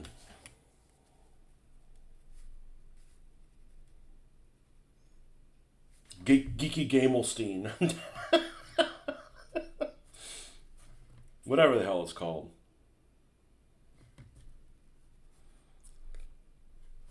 So yeah, like I'm tired of those. You know, I'm tired of those people that get on the forums, and you know they act like everybody's opinion isn't the same. You know, I mean, somebody who's played 3 games opinion isn't worth the same as somebody who's played 2,000.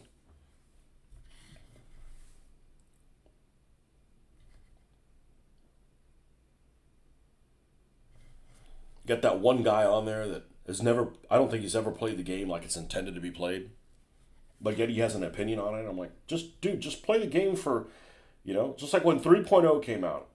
I was like, Mitch and I are going to play 100 times, and we'll figure out on our own whether we think it's better.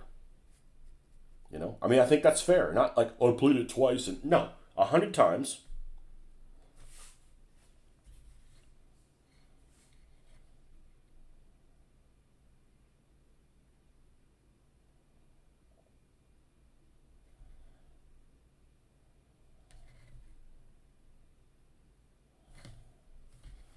I asked Mitch the other night if he'd mess with DBF, and he's like, oh, he'd heard about it, but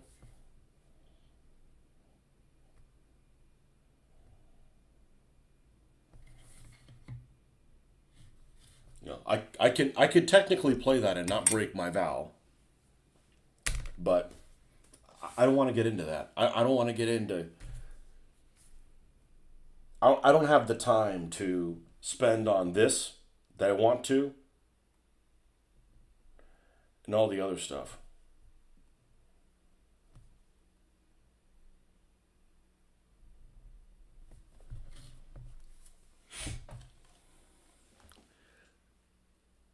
If you tell them they're artillery generals, it doesn't do you any good to have Mitch play him. He's not going to post pictures. He's not going to do videos.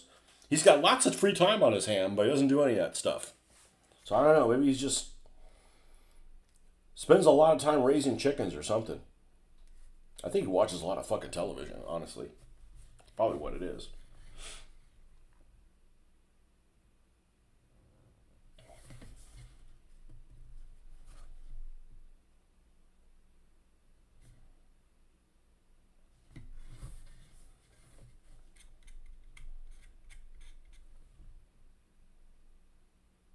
I've got no interest in it quashing my thirst for painting this kind of stuff, you know, and that's what it would do.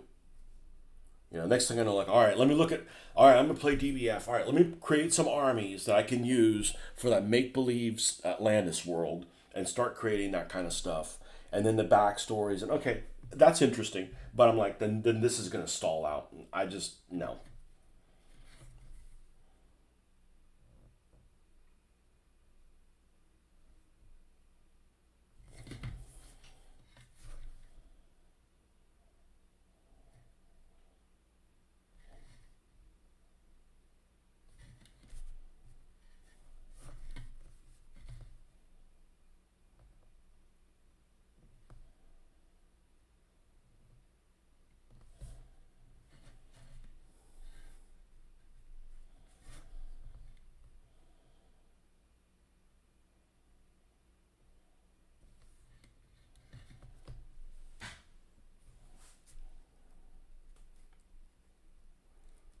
What's the other thing that you like other than artillery generals? Are there rutabagas?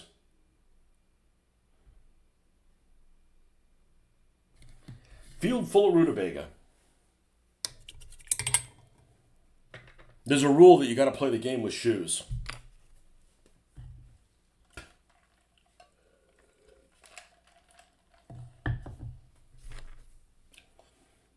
Again, the no shoe part really isn't an issue. Like, I'm not wearing shoes right now, but I'm inside my house. Right? I'm not in a shed that I have to cross to and from the house to get to.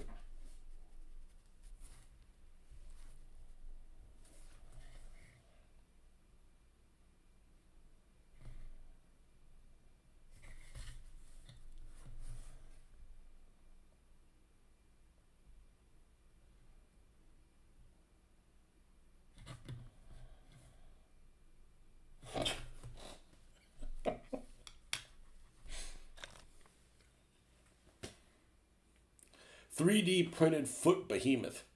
Yeah,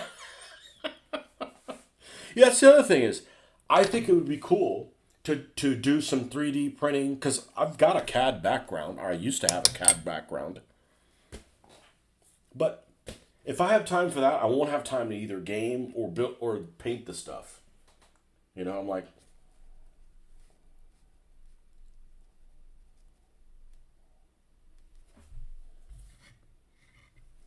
and I'm not going to sacrifice what this stuff looks like. Not like, all right, I got a lot of stuff to do. All right, let's make these things. Let's just cut through them and just paint them quickly. Like, no, no, because I don't get. I look at pictures and I don't get excited. Man, this is a really big. This guy did like a Kursk in 1:1 scale. I said, yeah, but they're like dip painted. Like, why would I want that?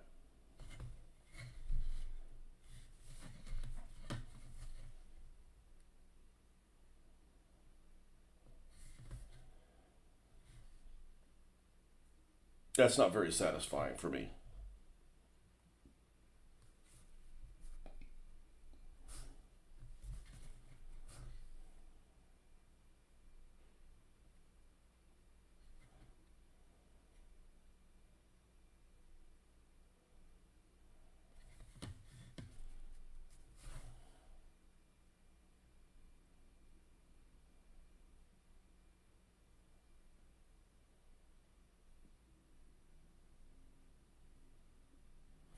Did you ever watch those Old Testament games that I played? That's got to be like the craziest series we played. We played some really good. I mean, 95% of the games, or more than 95% of the games, were close run things. You guys would have fun with flying elements and columns. Yeah. You see my point. I can't get into that. Or all this just goes away. Like, so do I want to sit back, not create any new stuff, and play with the stuff I've already painted, or create more shit? Well, gaming doesn't scratch the itch for me. Gaming doesn't put me in a good mood to go to work. You know, so I have to do this.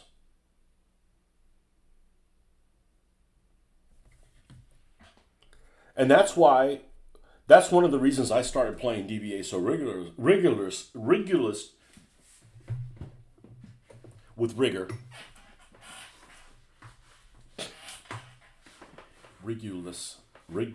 Rigorously. There, I said it. I actually had a dream the other night where I was having a conversation with who knows who, and I had trouble saying the word circular. It's not a word I ever have a problem with saying. It's not like it's white or rigor. See, I can't even say it. Rigorously. There we go. Rigorously. Like vigor, but rigor. Maybe it just sounds too much like something else, and I'm trying to avoid it. Rigorously. But in this dream, I was like, I couldn't say circular. I was like, fuck, and I remember like spitting like slow.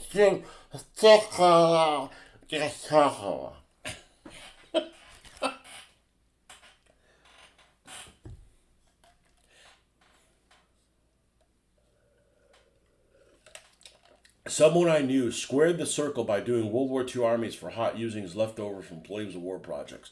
Yeah. I can't do World War II without anal detail. I could do other periods, but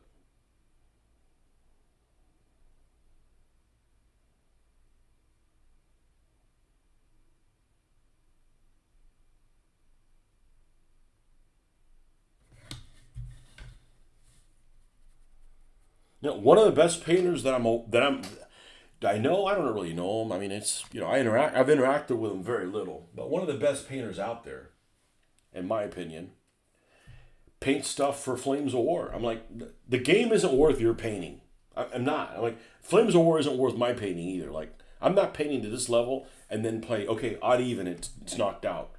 Well, what kind of Panzer III is it? Oh, it's just a long barreled one. I mean, is it an L? Is it a J? Is it a late J, an L, an M? Oh, it doesn't matter. The fuck it doesn't matter.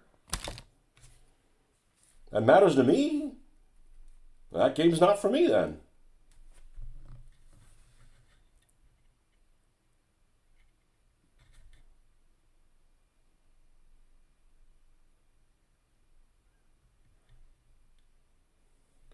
Even Chain of Command came up with a new version of their game. Which I guess you could play the old one if you wanted to. I don't know. At some point, I'm probably going to watch some of those videos. They do a pretty good job of doing those videos.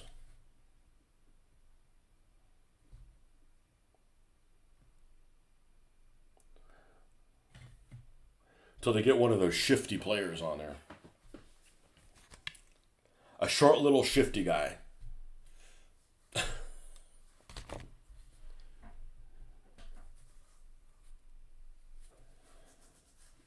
Oh, you just got short shifted. Hey, who's the short shifter?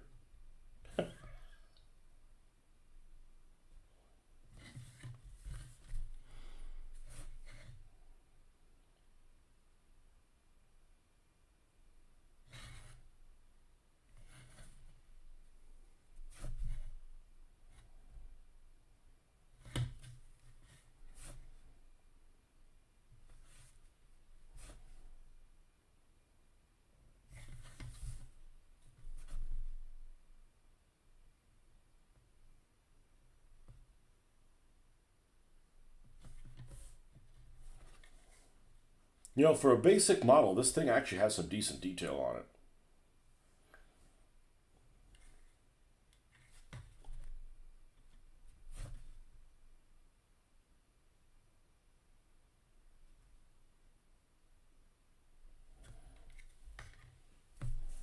Okay, this is the turret for it, and this is not the turret for it. This is the turret for it. This is the one that has a dent in the top, which I kind of fixed.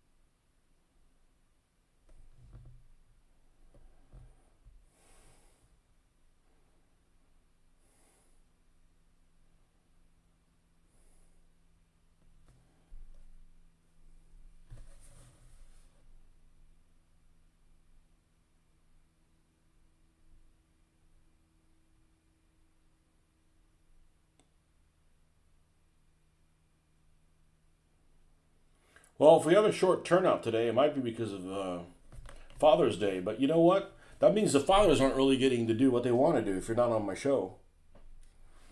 You don't get to watch your show. Maybe that's what do you want for Father's Day? I want you to leave me alone so I can watch Tony's show. I'm sure somebody said that. I don't know who it is.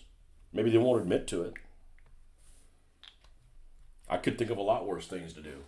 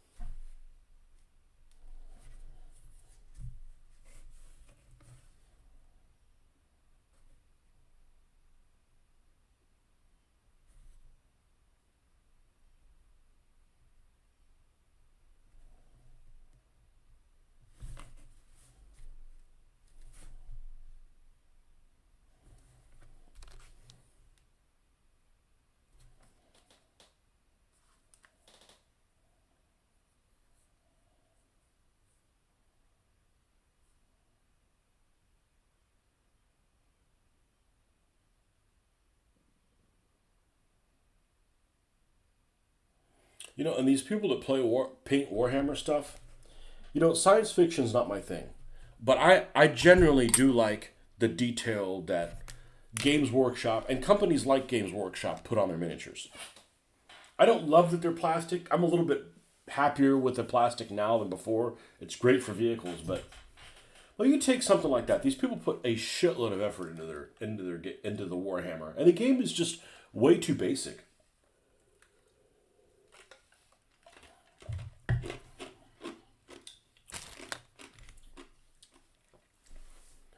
You spend a lot of effort painting these miniatures, and if you're moving around constantly, they have wear and tear on them. You don't enjoy them being in one spot for a little while. All you're doing is you're moving them from point A to point B, manhandling them. You know, these people are spending hundreds of hours, tens of hours painting these miniatures. Maybe 100. You could certainly spend 100 hours on a miniature.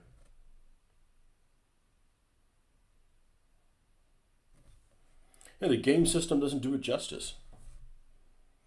In my opinion, maybe for somebody else, you play something that's like, it'd be like super detailing stuff for Axis and Allies.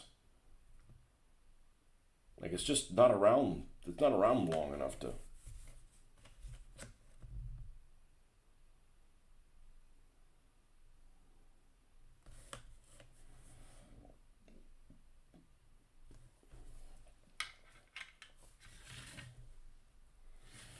It's gonna look just fine. All right, I gotta go to the bath. I choose to go to the bathroom. I could hold it another 2 hours, but be right back.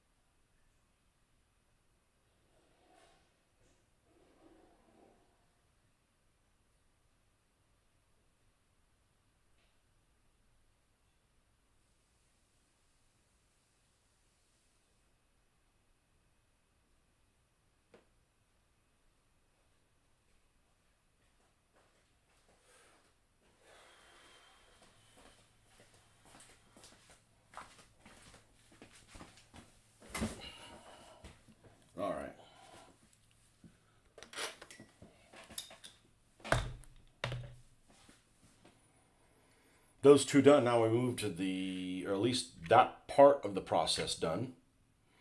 Now we move to the 2M4. Yeah, just with nothing else done to it, without even the black lining, it looks better than a real tank.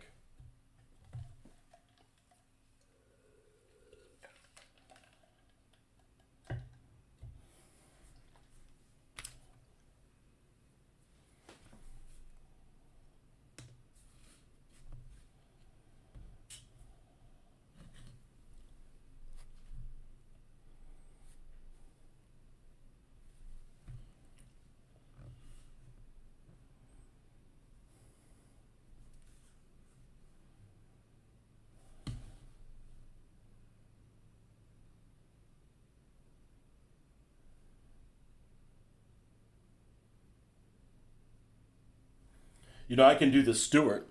I have a Stewart that's a rescue that I can do for the Pacific. Because it's for a fake island, right? I don't think it's a honey. Some dickheads out mowing during my show.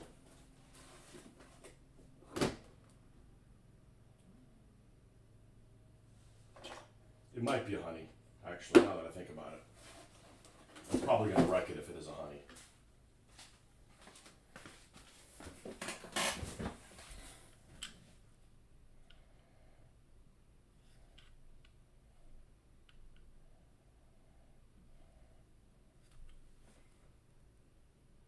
You know, the other thing is, I got lots of Stewart parts. 30 cal broke off. I got lots of Stewart parts from Plastic Soldier Company. I may be able to use like the bottom hull of this and put it on the regular Plastic Soldier Company stuff. Although I think a barrel is something I'm missing too, so I'd have to use this barrel.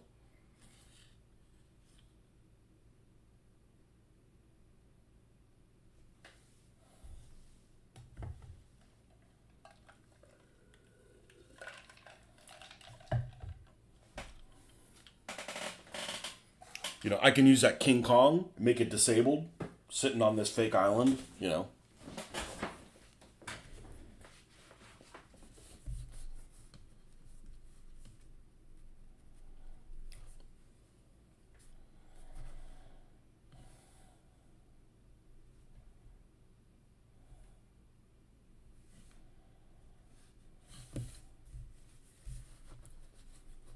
Somehow this water is contaminating the stuff.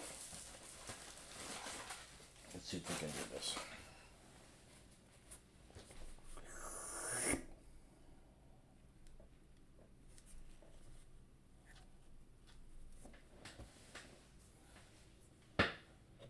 I like reusing paper towels.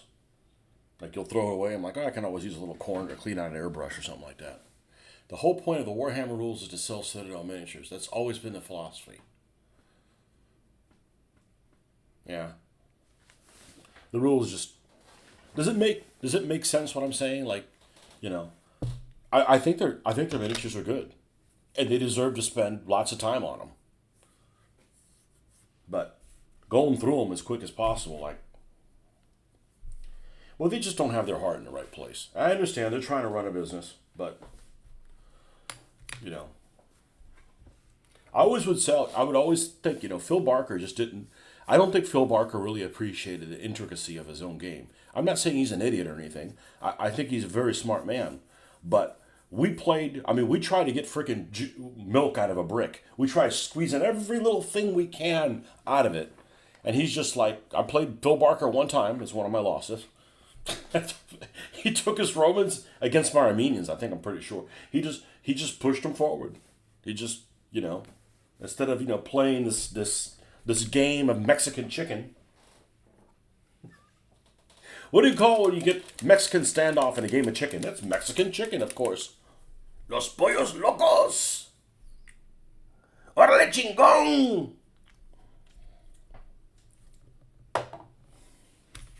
You know, I think that the game has a shitload of depth. I mean, well, why would I have played 2,000 fucking games of it if it wasn't. Probably more than 2,000 games. Whatever. It's all there in the data. It's more than 2,000 if you include big battle games.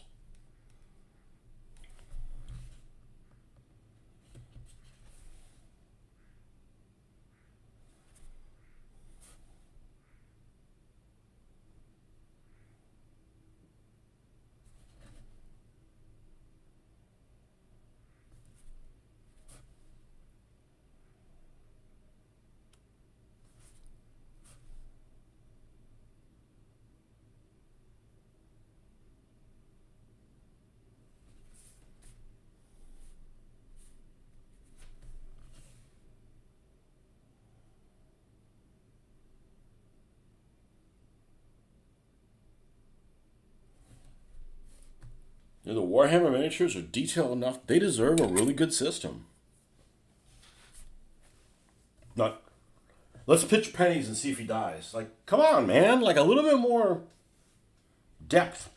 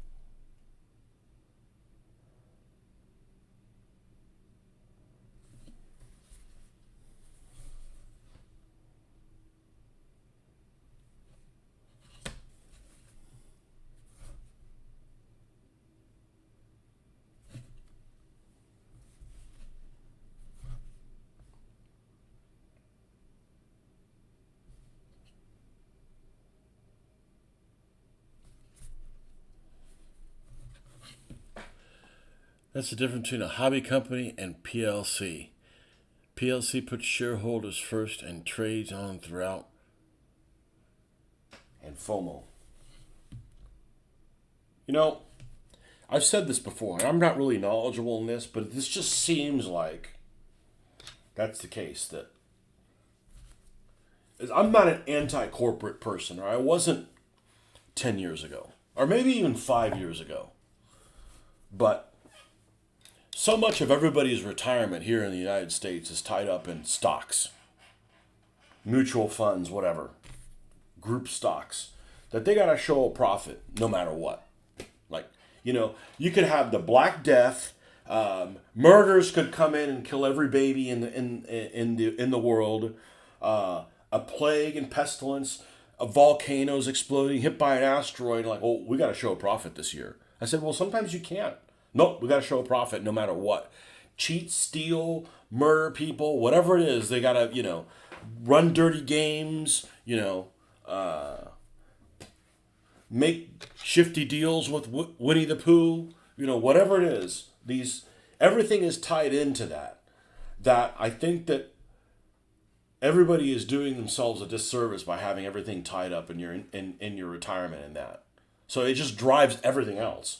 Everything else is driven by that. Like, oh, we got to show a profit no matter what. So, you know, because it's like if somebody said, like, look, this is your stocks, and I know you wanted to profit, but the only way we can do that is by doing nefarious activity. I would say, no, don't do that fucking nefarious activity. I don't need money that much. Okay? It's not that important to me, you know, than to get money dishonorably. But that's just me. Maybe other people wouldn't agree with me, but I'm like, you know, I have no trouble having a clean soul, assuming I can find it, and falling asleep at night. You know, it's like, okay, we can either show a profit, but we have to do things that you don't want to know about, or do it honorably. I'm like, do it honorably. You know, I didn't sign up for that. I use Citadel minis with one-page rules and other mini agnostic games.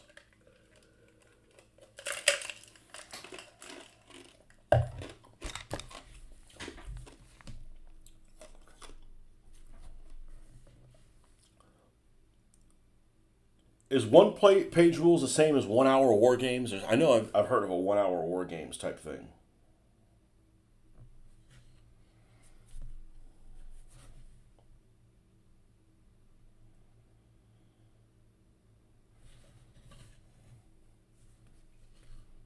So there's stuff that goes on that I'd rather not know about. You know, and that's what it is. We gotta show a profit no matter what. Sometimes every year can't be. It's just like saying it's exactly the same as like I'm gonna play a game, and if I don't win the game, even though there's somebody else that's trying to play as well. If I don't win the game, I'm going to fucking sue somebody. I'm going to have a hissy fit. I'm going to have a moo cow. I'm leaving. I'm slamming the door, flipping the table, and I'm going to create my own game system. That's basically what you're doing. You know? That's basically what you're doing. That's not how it's done. That's not how it's done. I'm going to flip the fucking table.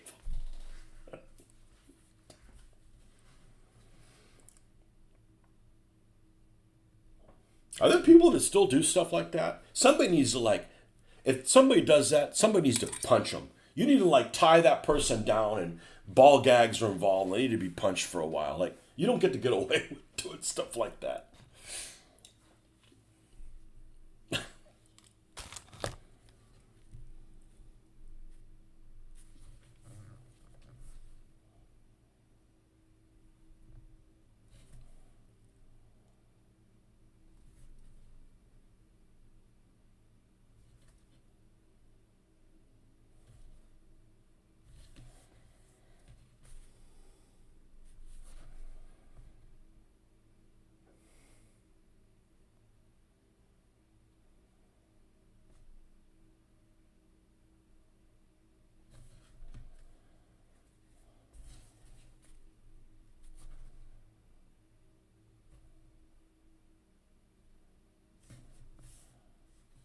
And there's nothing wrong with showing a profit. Do it honorably. If you're living your life dishonorably, I'm not saying it doesn't have to be religious or nothing. Just honor. Do you believe in freaking honor, man? I'm old school. There's just some stuff you just don't freaking do. You know? You don't go and take somebody's parking spot that somebody else has been waiting for and flick them off. You know?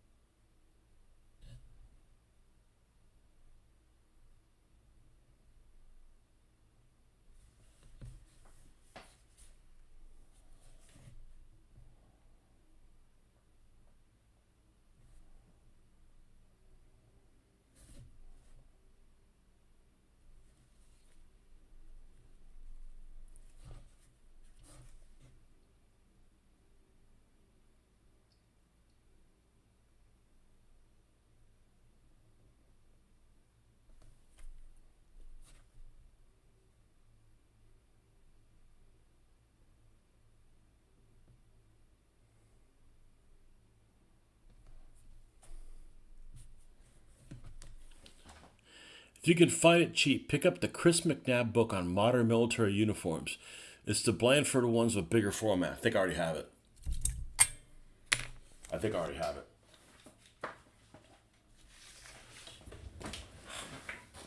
If it's the one I'm thinking of, the artwork in it is exceptional. Let's see which one it is. And I did pick it up cheap. And I have the World War II one as well, but I think the World War II one is based on photographs. Chris McNabb, yeah, I have it. It's excellent. It's excellent. I totally agree with you. How are we going to have an argument if we both agree? Yeah, this. And it may be actually based on on photographs. It's wonderful. Yeah, it is based on photographs. Add the World War II one as well. It's superb. Yeah. And I also have what other modern thing do I have? Oh, this one. You guys aren't allowed to have this in the United Kingdom. This is one of your banned books. Who's this one by? Chartwell. Is this other one Chartwell as well? Yep. Yeah, this is a pretty cool book too. This is all this is modern stuff, right? No, it's got World War II shit in it as well. Yep. Yep. Both of those are really good.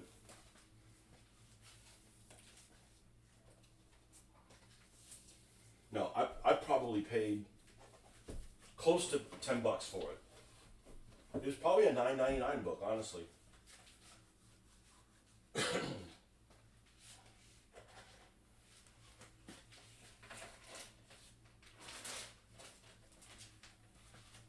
Yeah, it's an excellent book.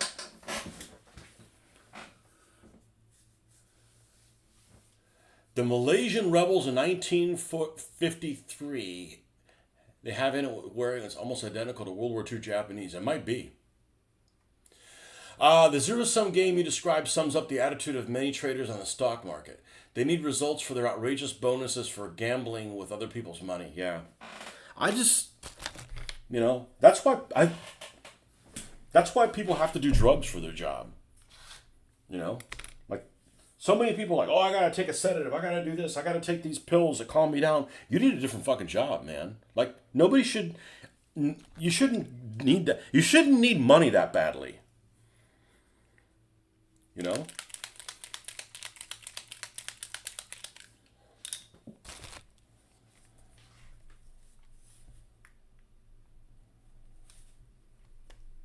Yeah, that's just a crazy. Just a crazy way to live your existence. I'm not playing into that.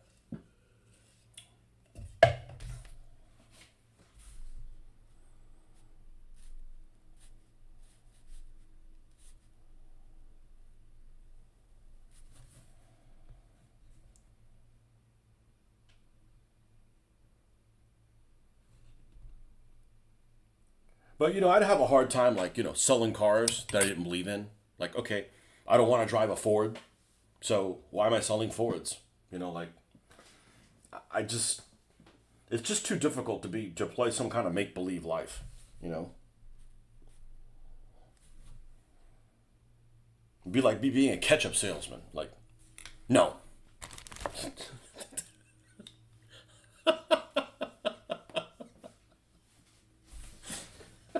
Tony the ketchup salesman.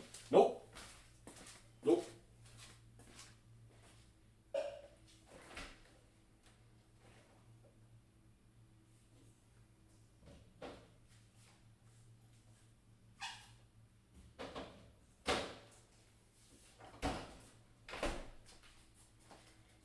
Be like me promoting caffeine-free sodas. Actually, I'm okay with it. I'm okay with a soda that doesn't have a caffeine in it, like Fresca. Fresca's awesome, and Fresca's a great mixer. Fresca is an excellent mixer. You can make some great freaking drinks with Fresca, and it's sugar free. But I'm not drinking caffeine-free Coke Zero. Fuck that. We got things to do.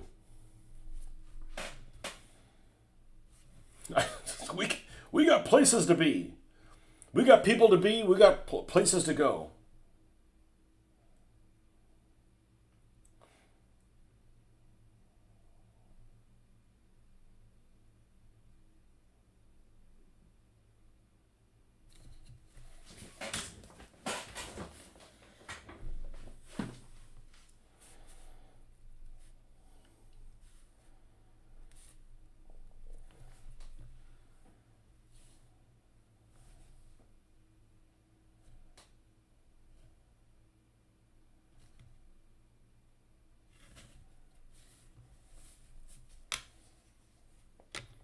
I think I'm.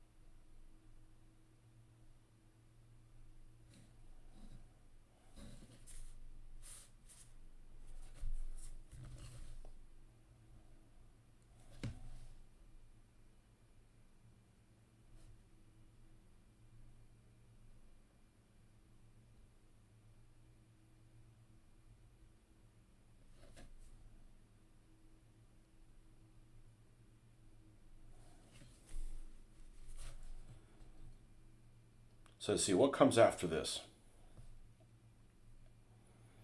Then we got to start laying out the tanks. What's going to have? Who's going to have what markings? I'm really starting to not enjoy putting decals on.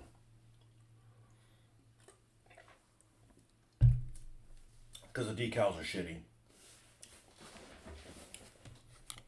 Don't lay right.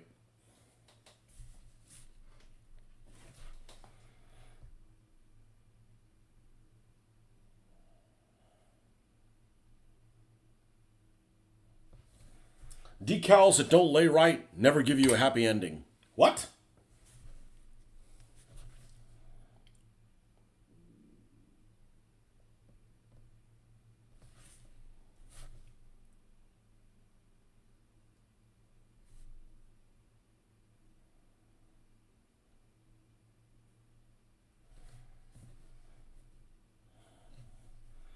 I hope this day goes by real slow. Not that I'm dreading tomorrow, but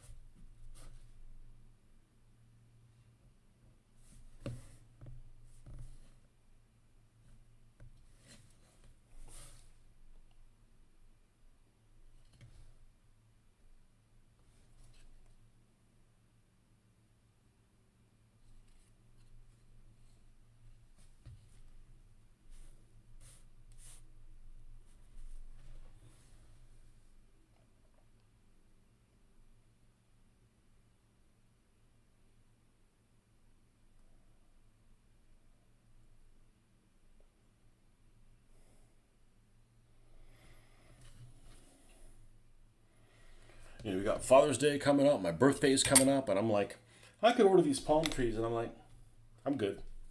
I'll get them when I get them, when I'm ready for them. Otherwise, they just create a distraction.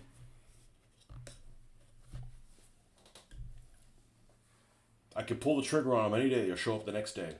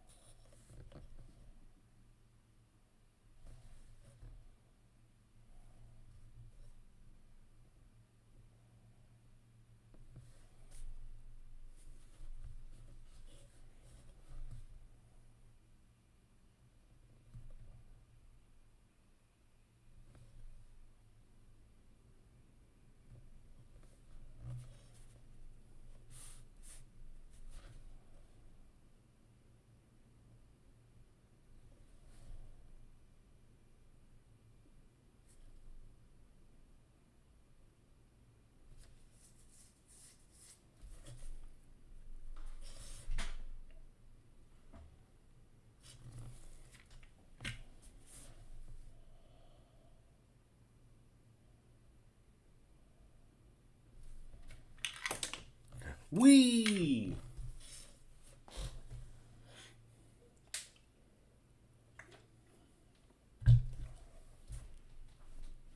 What's that saying that I say?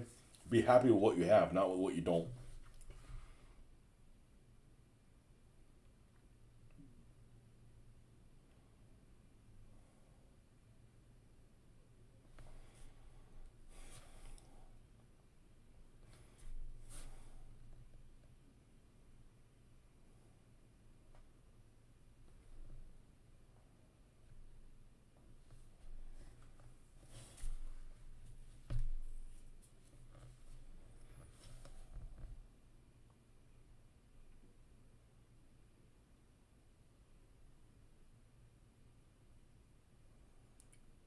At some point, I gotta go to the grocery store to catch the things I didn't get the other day. Nothing big, but that'll force me to get, dressed.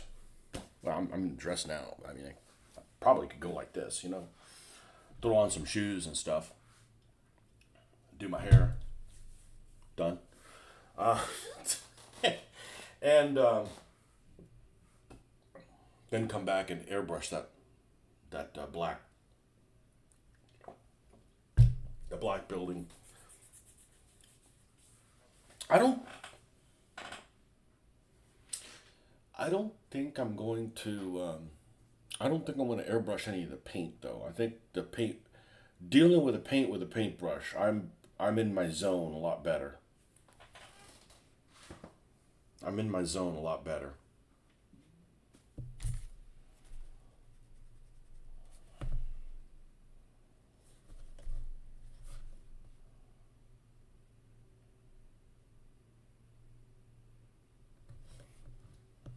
I can pass all my morale checks when I'm working with a paintbrush.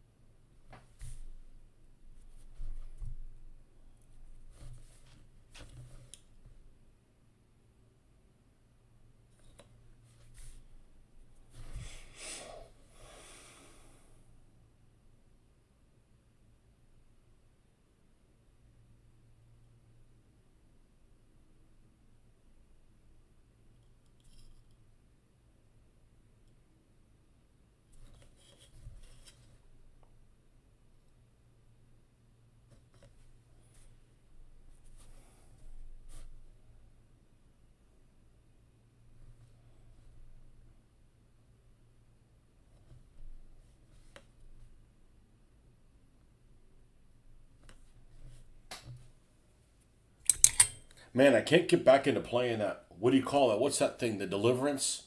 Kingdom Come Deliverance? That's just a whole lot of frustrating. And if I was going to get back into it, I'd wait until my daughter could watch. There's probably some parts that she'd probably appreciate, but that game's way too hard. Way too hard.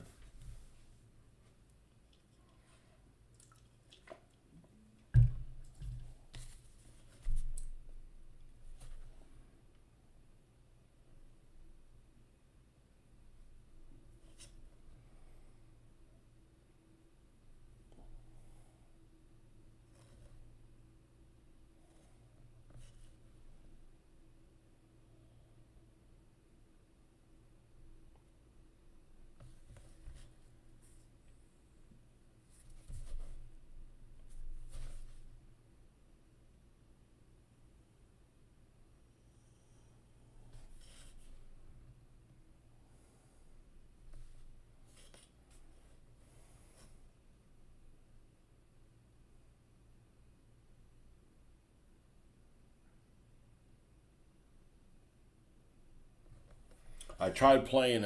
What was it? What was the one thing I tried to play the Wonderlands the other day. To remember how that was played. Man, that is an annoying fucking game. There's too many of those random set piece little skirmishes that are just like I don't want to play another one again. Like it's over. It's like it's not only is it grinding, but you're grinding the same damn thing over and over again. She might be able to do a lock picking. Old Spanish. I have not lock picked one thing successfully. That's like, just imagine playing something like Assassin's Creed and you can't open a single chest. Like, that's a Debbie Downer right there, you know?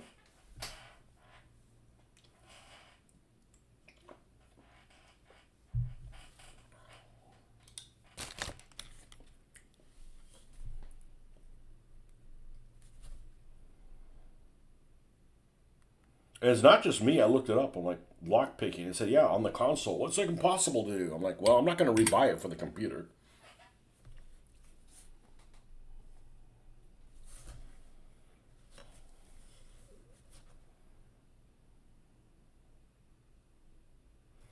Although it seems like the console version of Drive on Moscow is corrupted. Can't play it anymore. Good thing I have it on computer. I played the hell out of that game. That one and the Bulge one.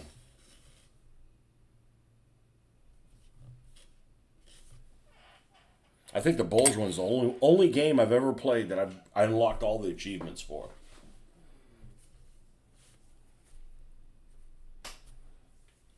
On the console. Such a good game. Both of those.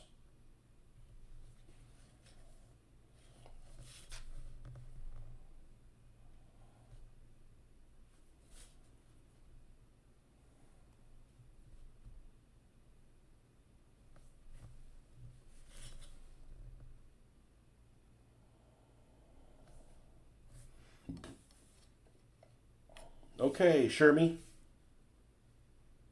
You cute little bastard. Little bastard.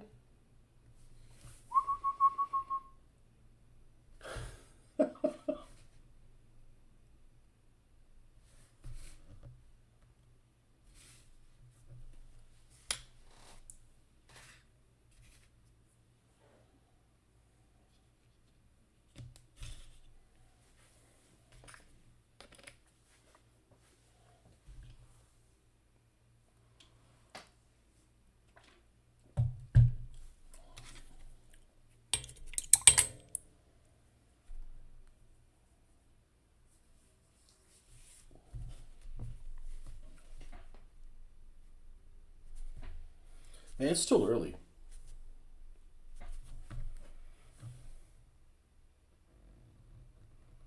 Yeah. I wonder if painting that jungle outpost is going to be boring though. I wonder if it's just going to be a little too much bamboo.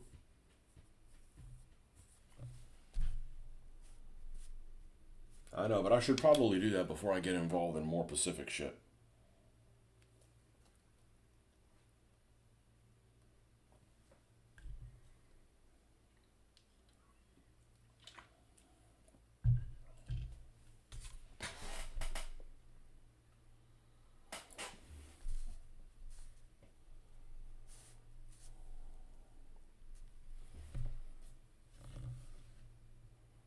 I can't tell you how many times I've looked at a Russian village, put it in my cart, and put it away.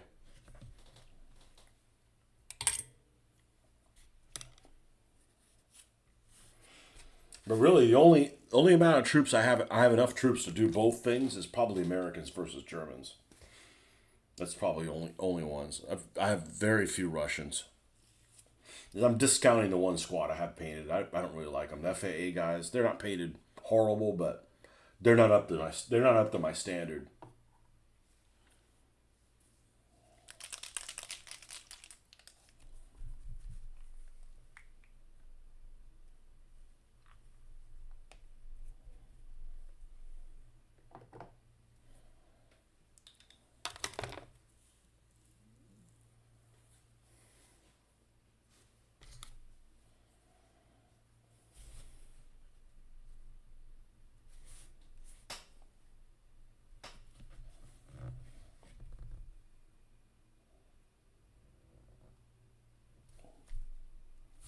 This is the one that had several layers of paint on all this stuff.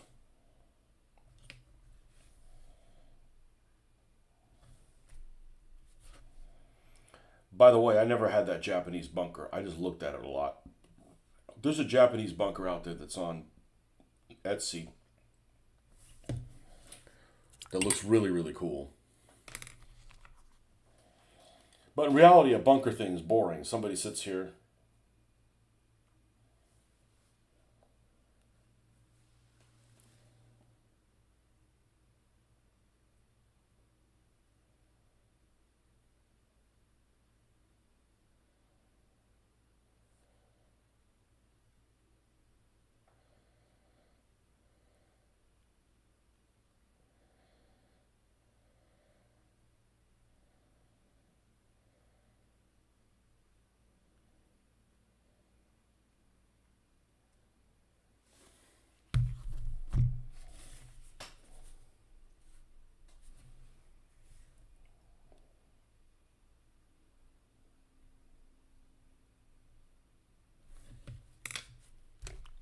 It's pretty easy to find. Let's see here.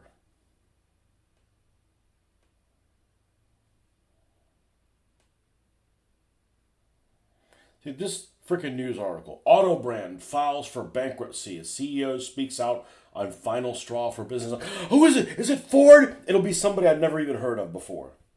And first of all, it starts like, it doesn't tell you right off the bat. It says this poetic mumbo jumbo. Yeah.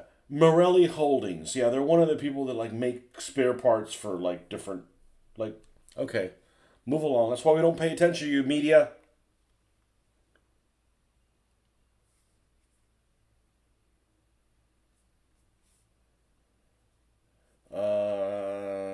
Let's see. Etsy, Japanese bunker. This thing. This thing looks awesome.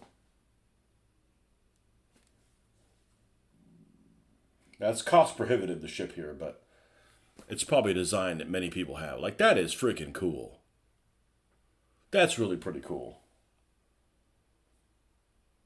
Let me show you the top view of it. I'm sure you guys have seen it before. Well, here's the entrance to it. You might not be able to fit a guy with pennies, but you know, if you happen to catch him between one thing and the other, just put a little marker, and then when he's inside, you can put the figure down. Here's a top view of it.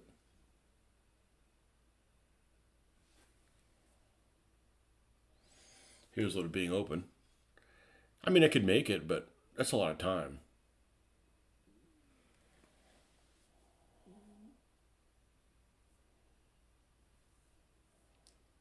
You know, so it's like $20. Like, oh, that's cool.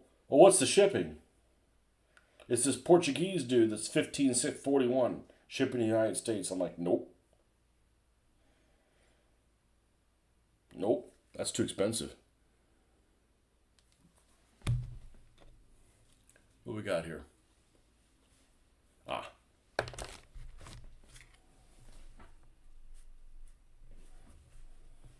So I'm going to finish blacklining this Sherman, and then I'm going to take a break.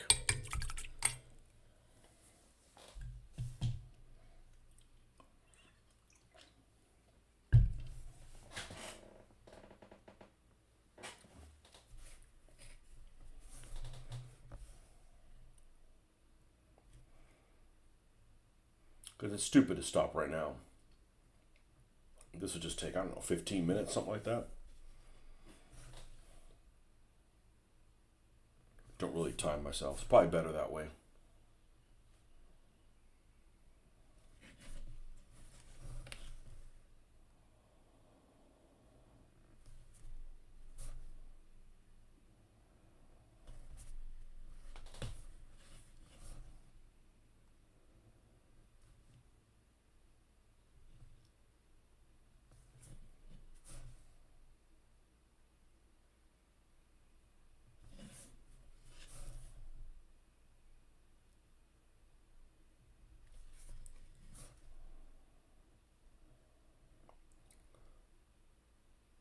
So one issue with the Japanese is if you're playing a game that doesn't have Japanese in it, right?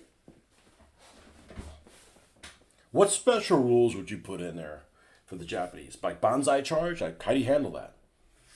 You know? Like, do you handle the Japanese have a much higher morale? Probably.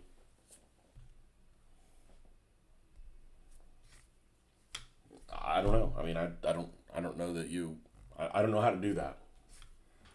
So I think it's going to be one of those, work in progress type things. What did I do with the... dark tone. Get your ass back out here.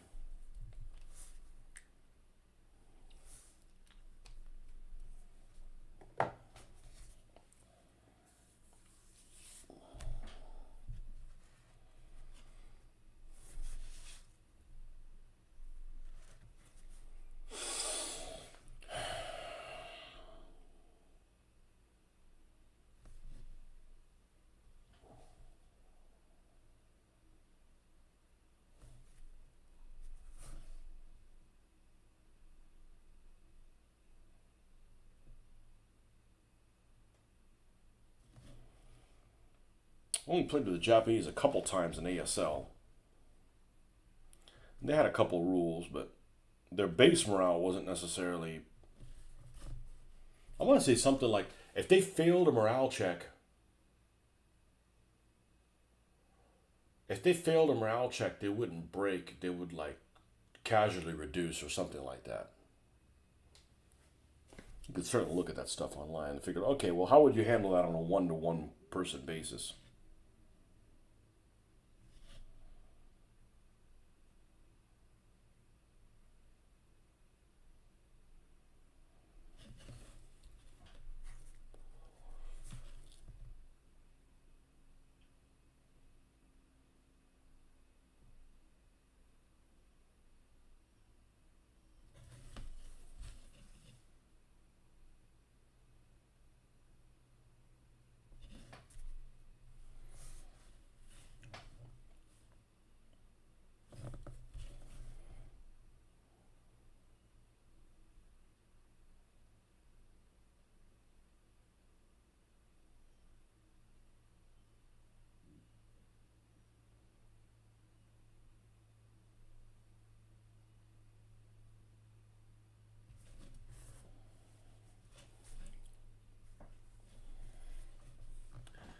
If you can make a Sherman less boring, think what you can do with a bunker. Yeah.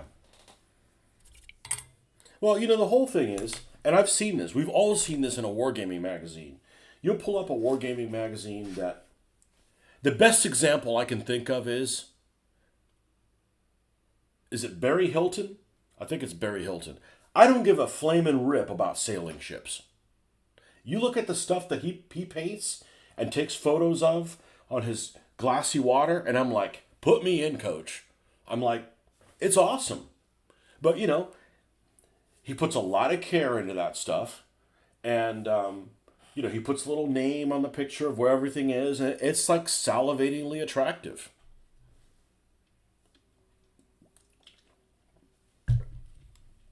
And that's what I set to do. I don't want to play a game that looks like crap. And if it means that it just takes me longer to put one out there, or that it takes me a long time to paint things, but when I'm done, I'm really happy with it.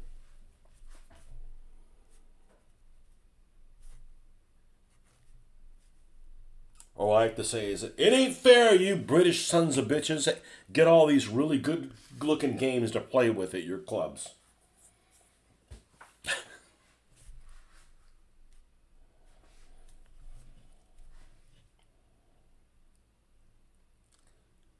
You British son bitches?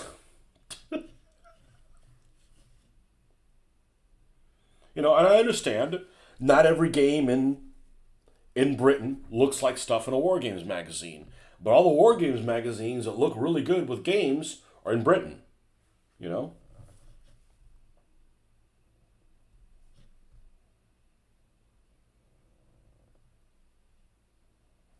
Or at least the ones that appeal to me.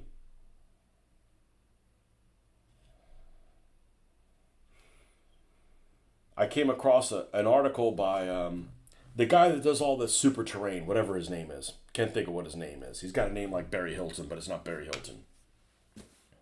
He's the one that did that con thing on the War Game show or whatever. In War Game Soldiers and Strategy, where he was basically building a farm, building a battle around a farm, and he built the farm, and he talked about how he had to condense things. He condensed the size of the courtyard or whatever, and he built it out of foam core board. And I'm looking at this, looking at all his steps, and I'm like, I could do this.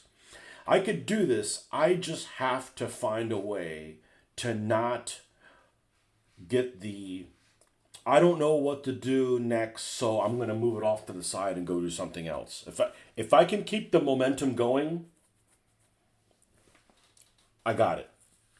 Because he's at least he let people know, hey, this is what I did, and he showed it. And I'm like, I could do all that stuff. It's almost like I need a coach. Like I've got the skills to be able to do that. I'm like, okay, what do I do next? What do I do next, coach?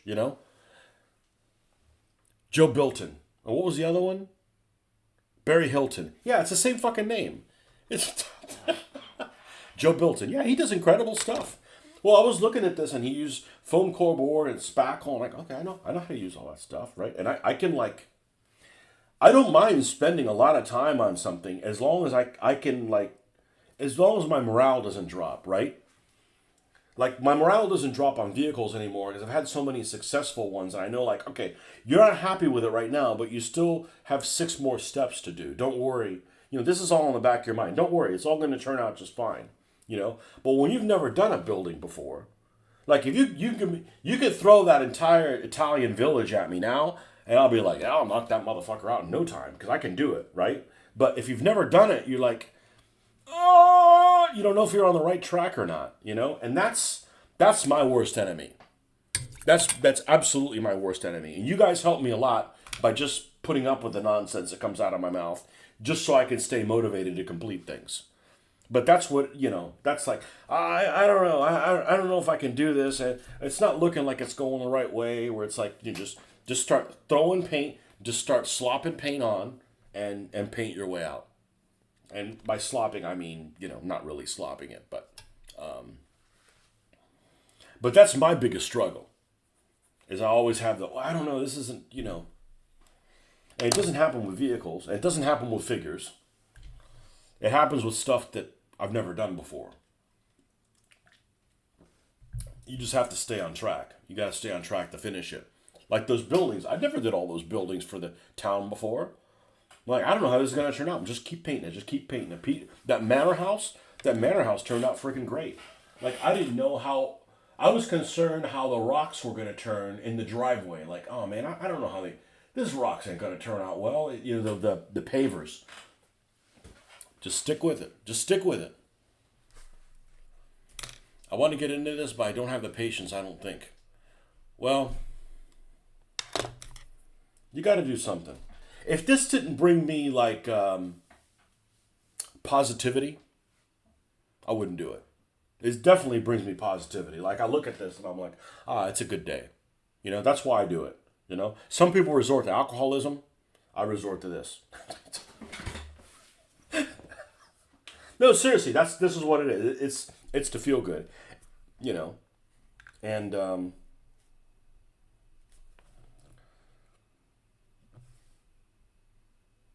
I shouldn't say it's to deal with work life, because at home I don't have any issues here.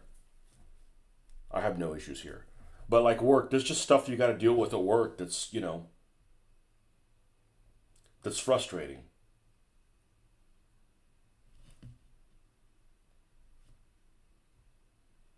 So this is definitely positivity.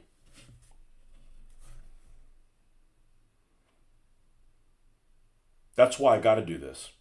I don't have to game. Man, you guys haven't played a game in such a long time. I don't care. Gaming doesn't solve this. Gaming's fun, but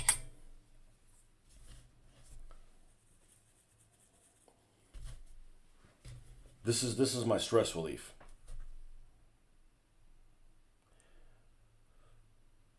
And you gotta want to do it,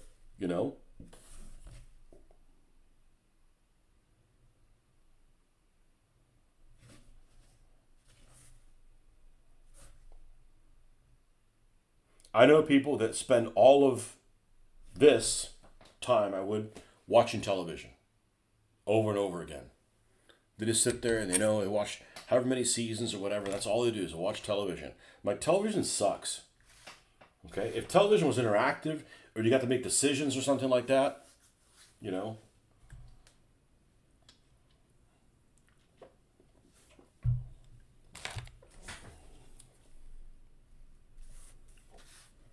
it's not for everybody.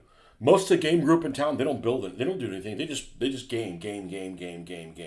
Like I could game on the console or on the computer.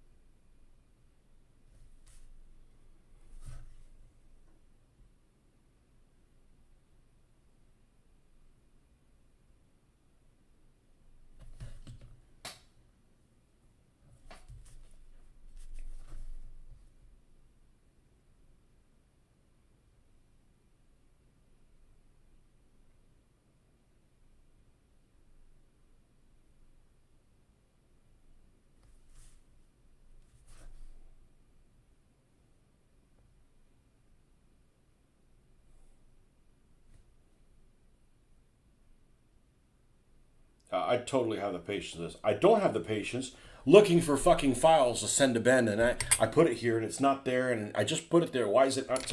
That kind of shit, that can go to hell. I can't handle that. I'm not programmed to, hey, how come this doesn't work? How come this doesn't work on the computer? I can't, that kind of electronic bullshit, I'm not interested in. Nope. I'm not programmed for that. I do need to create another ball mount machine gun. Somehow I missed that this one was missing. This is a hand me down. I'm not going to stop what I'm doing to make that. I can always add that afterwards.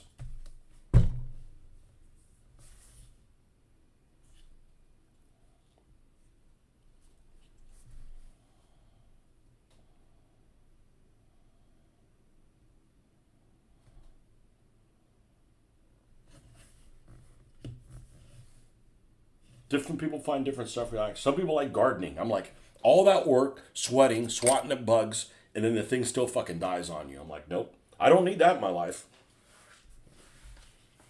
That's an extra big helping of bullshit.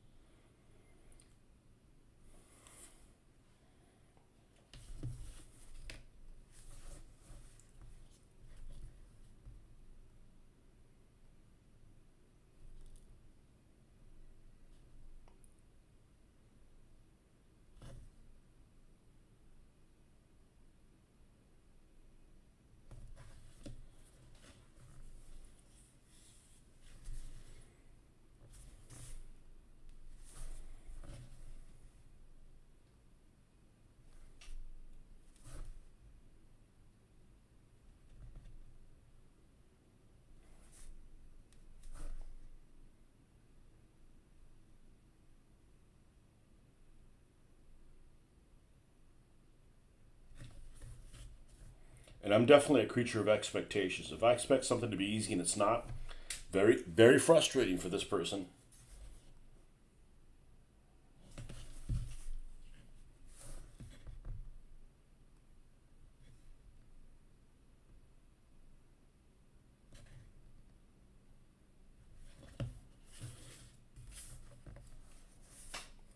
I gotta go bathroom again. Yeah, I made my liquids. Be right back. And then we'll stop after the turret.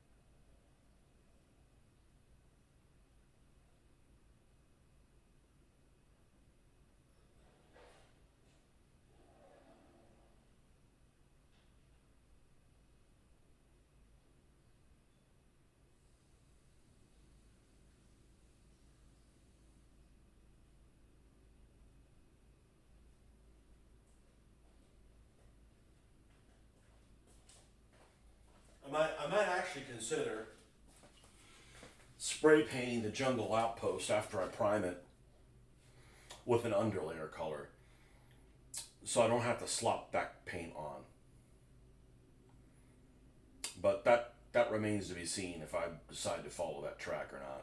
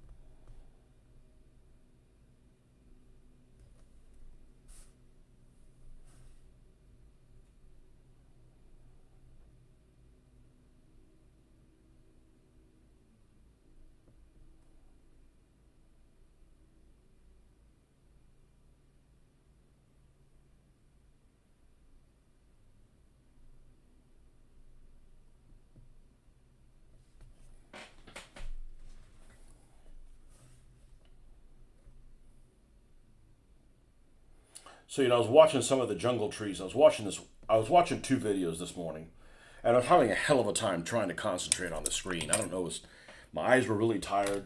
The screen on the phone was really small, but I don't like searching for stuff like that on my personal computer because you end up like clicking, like images of like how to make jungle trees or something like that. So then you end up getting some image that's on some sharing site that ends up being corrupted with a virus. So I know you can get viruses on your phone. I've never gotten one, thankfully. I don't like. I've gotten viruses on computers before, not on this current one, but on previous ones, and they're just nothing but annoying. But I don't want to go through the frustration of that. So I may have to do that on the computer, but just look at like YouTube or something like that.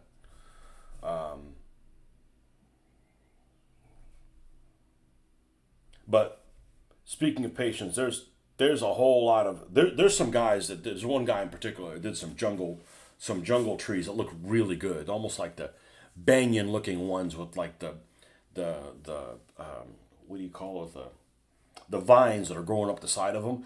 But I'm like, man, if I did this and everything he's doing are things I could do, I would be spending 10 hours, 12 hours or more on one tree. I'm like, I wouldn't get anywhere. Like I can't do that.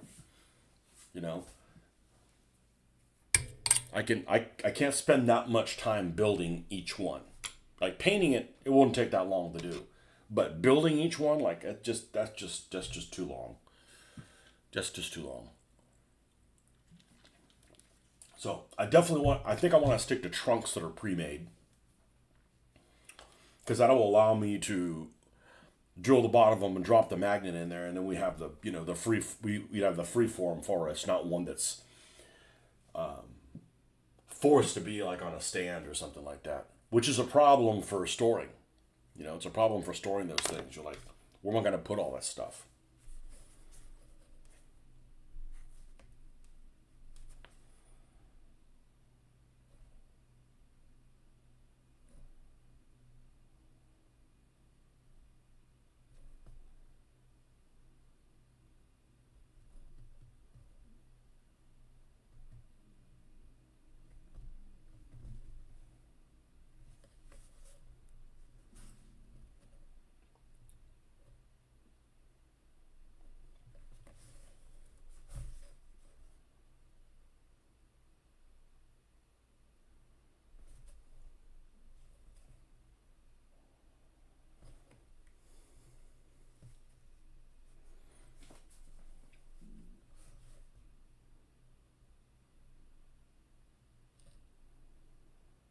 But I think if you're talking about coming up with a combat system when you're moving a lot of figures, and I'm not talking about for World War II, I'm talking about, you know, any kind of like modern Africa or something like that. You need to have a system that is really easy to determine whether or not the shot is even viable. So like a really simple like to hit system, like okay, it's nearby, right? Like whether you roll a d6 or you roll just something. The thing I was talking about, the range of the weapon, you know, maybe something like that. You know, you got a d20, you're 18 inches away. I hate using inches, but inches will have to do.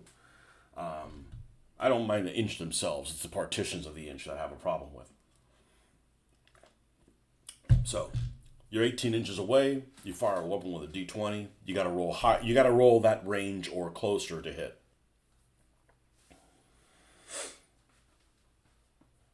To have an effect, and then you can have some kind of a saving throw type thing on it, some opposed roll type thing. But you can at least determine, okay, there's like 4 hits or something like that going. So you could move that along, kind of thing.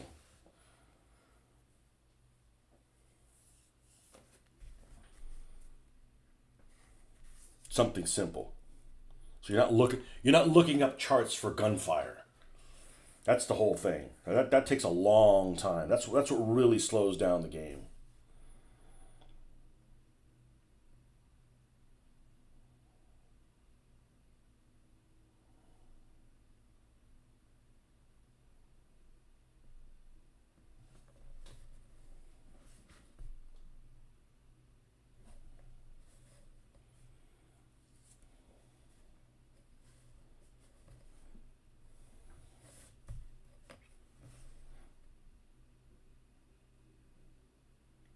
And that could be, you know, not your 2 hit, but that could be like, was the firing effective?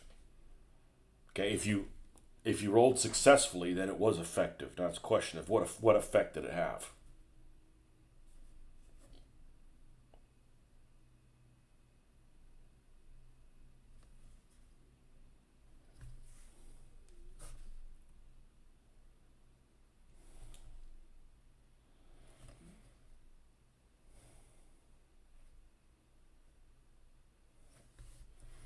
I got another set of rules, talking about different set of rules. I picked up a set of rules as a PDF. It's available. I think I have it printed also by Lulu. But I got one guy that I actually know. I didn't actually know that he was into this stuff, but these imagination type things, and it's called something along the lines of Wars of Liberation or something. I'm like, cool, this ought to be great, because he runs things at conventions and stuff like that. But the vehicle, I forget exactly what it was, but it felt like it was missing a lot of stuff. And a lot of it is like, how do you determine what group goes next? That's like a huge part of the gameplay. Like, is it by individual person? Is it by fire groups? Is it by squad? Is it by side? Well, that's absurd. You know, okay, everybody move all their stuff. So the way Sword in the Flame does it is kind of interesting. Is you draw cards, and that's who gets an action kind of thing, and it's kind of random. So like something like that might work. You know. Okay, we're done with Sherman and the Shermans. At least the blacklining process of it. So we're going to take a break here. And for an indeterminate amount of time, not something crazy long, but and then we'll be back on to work on something.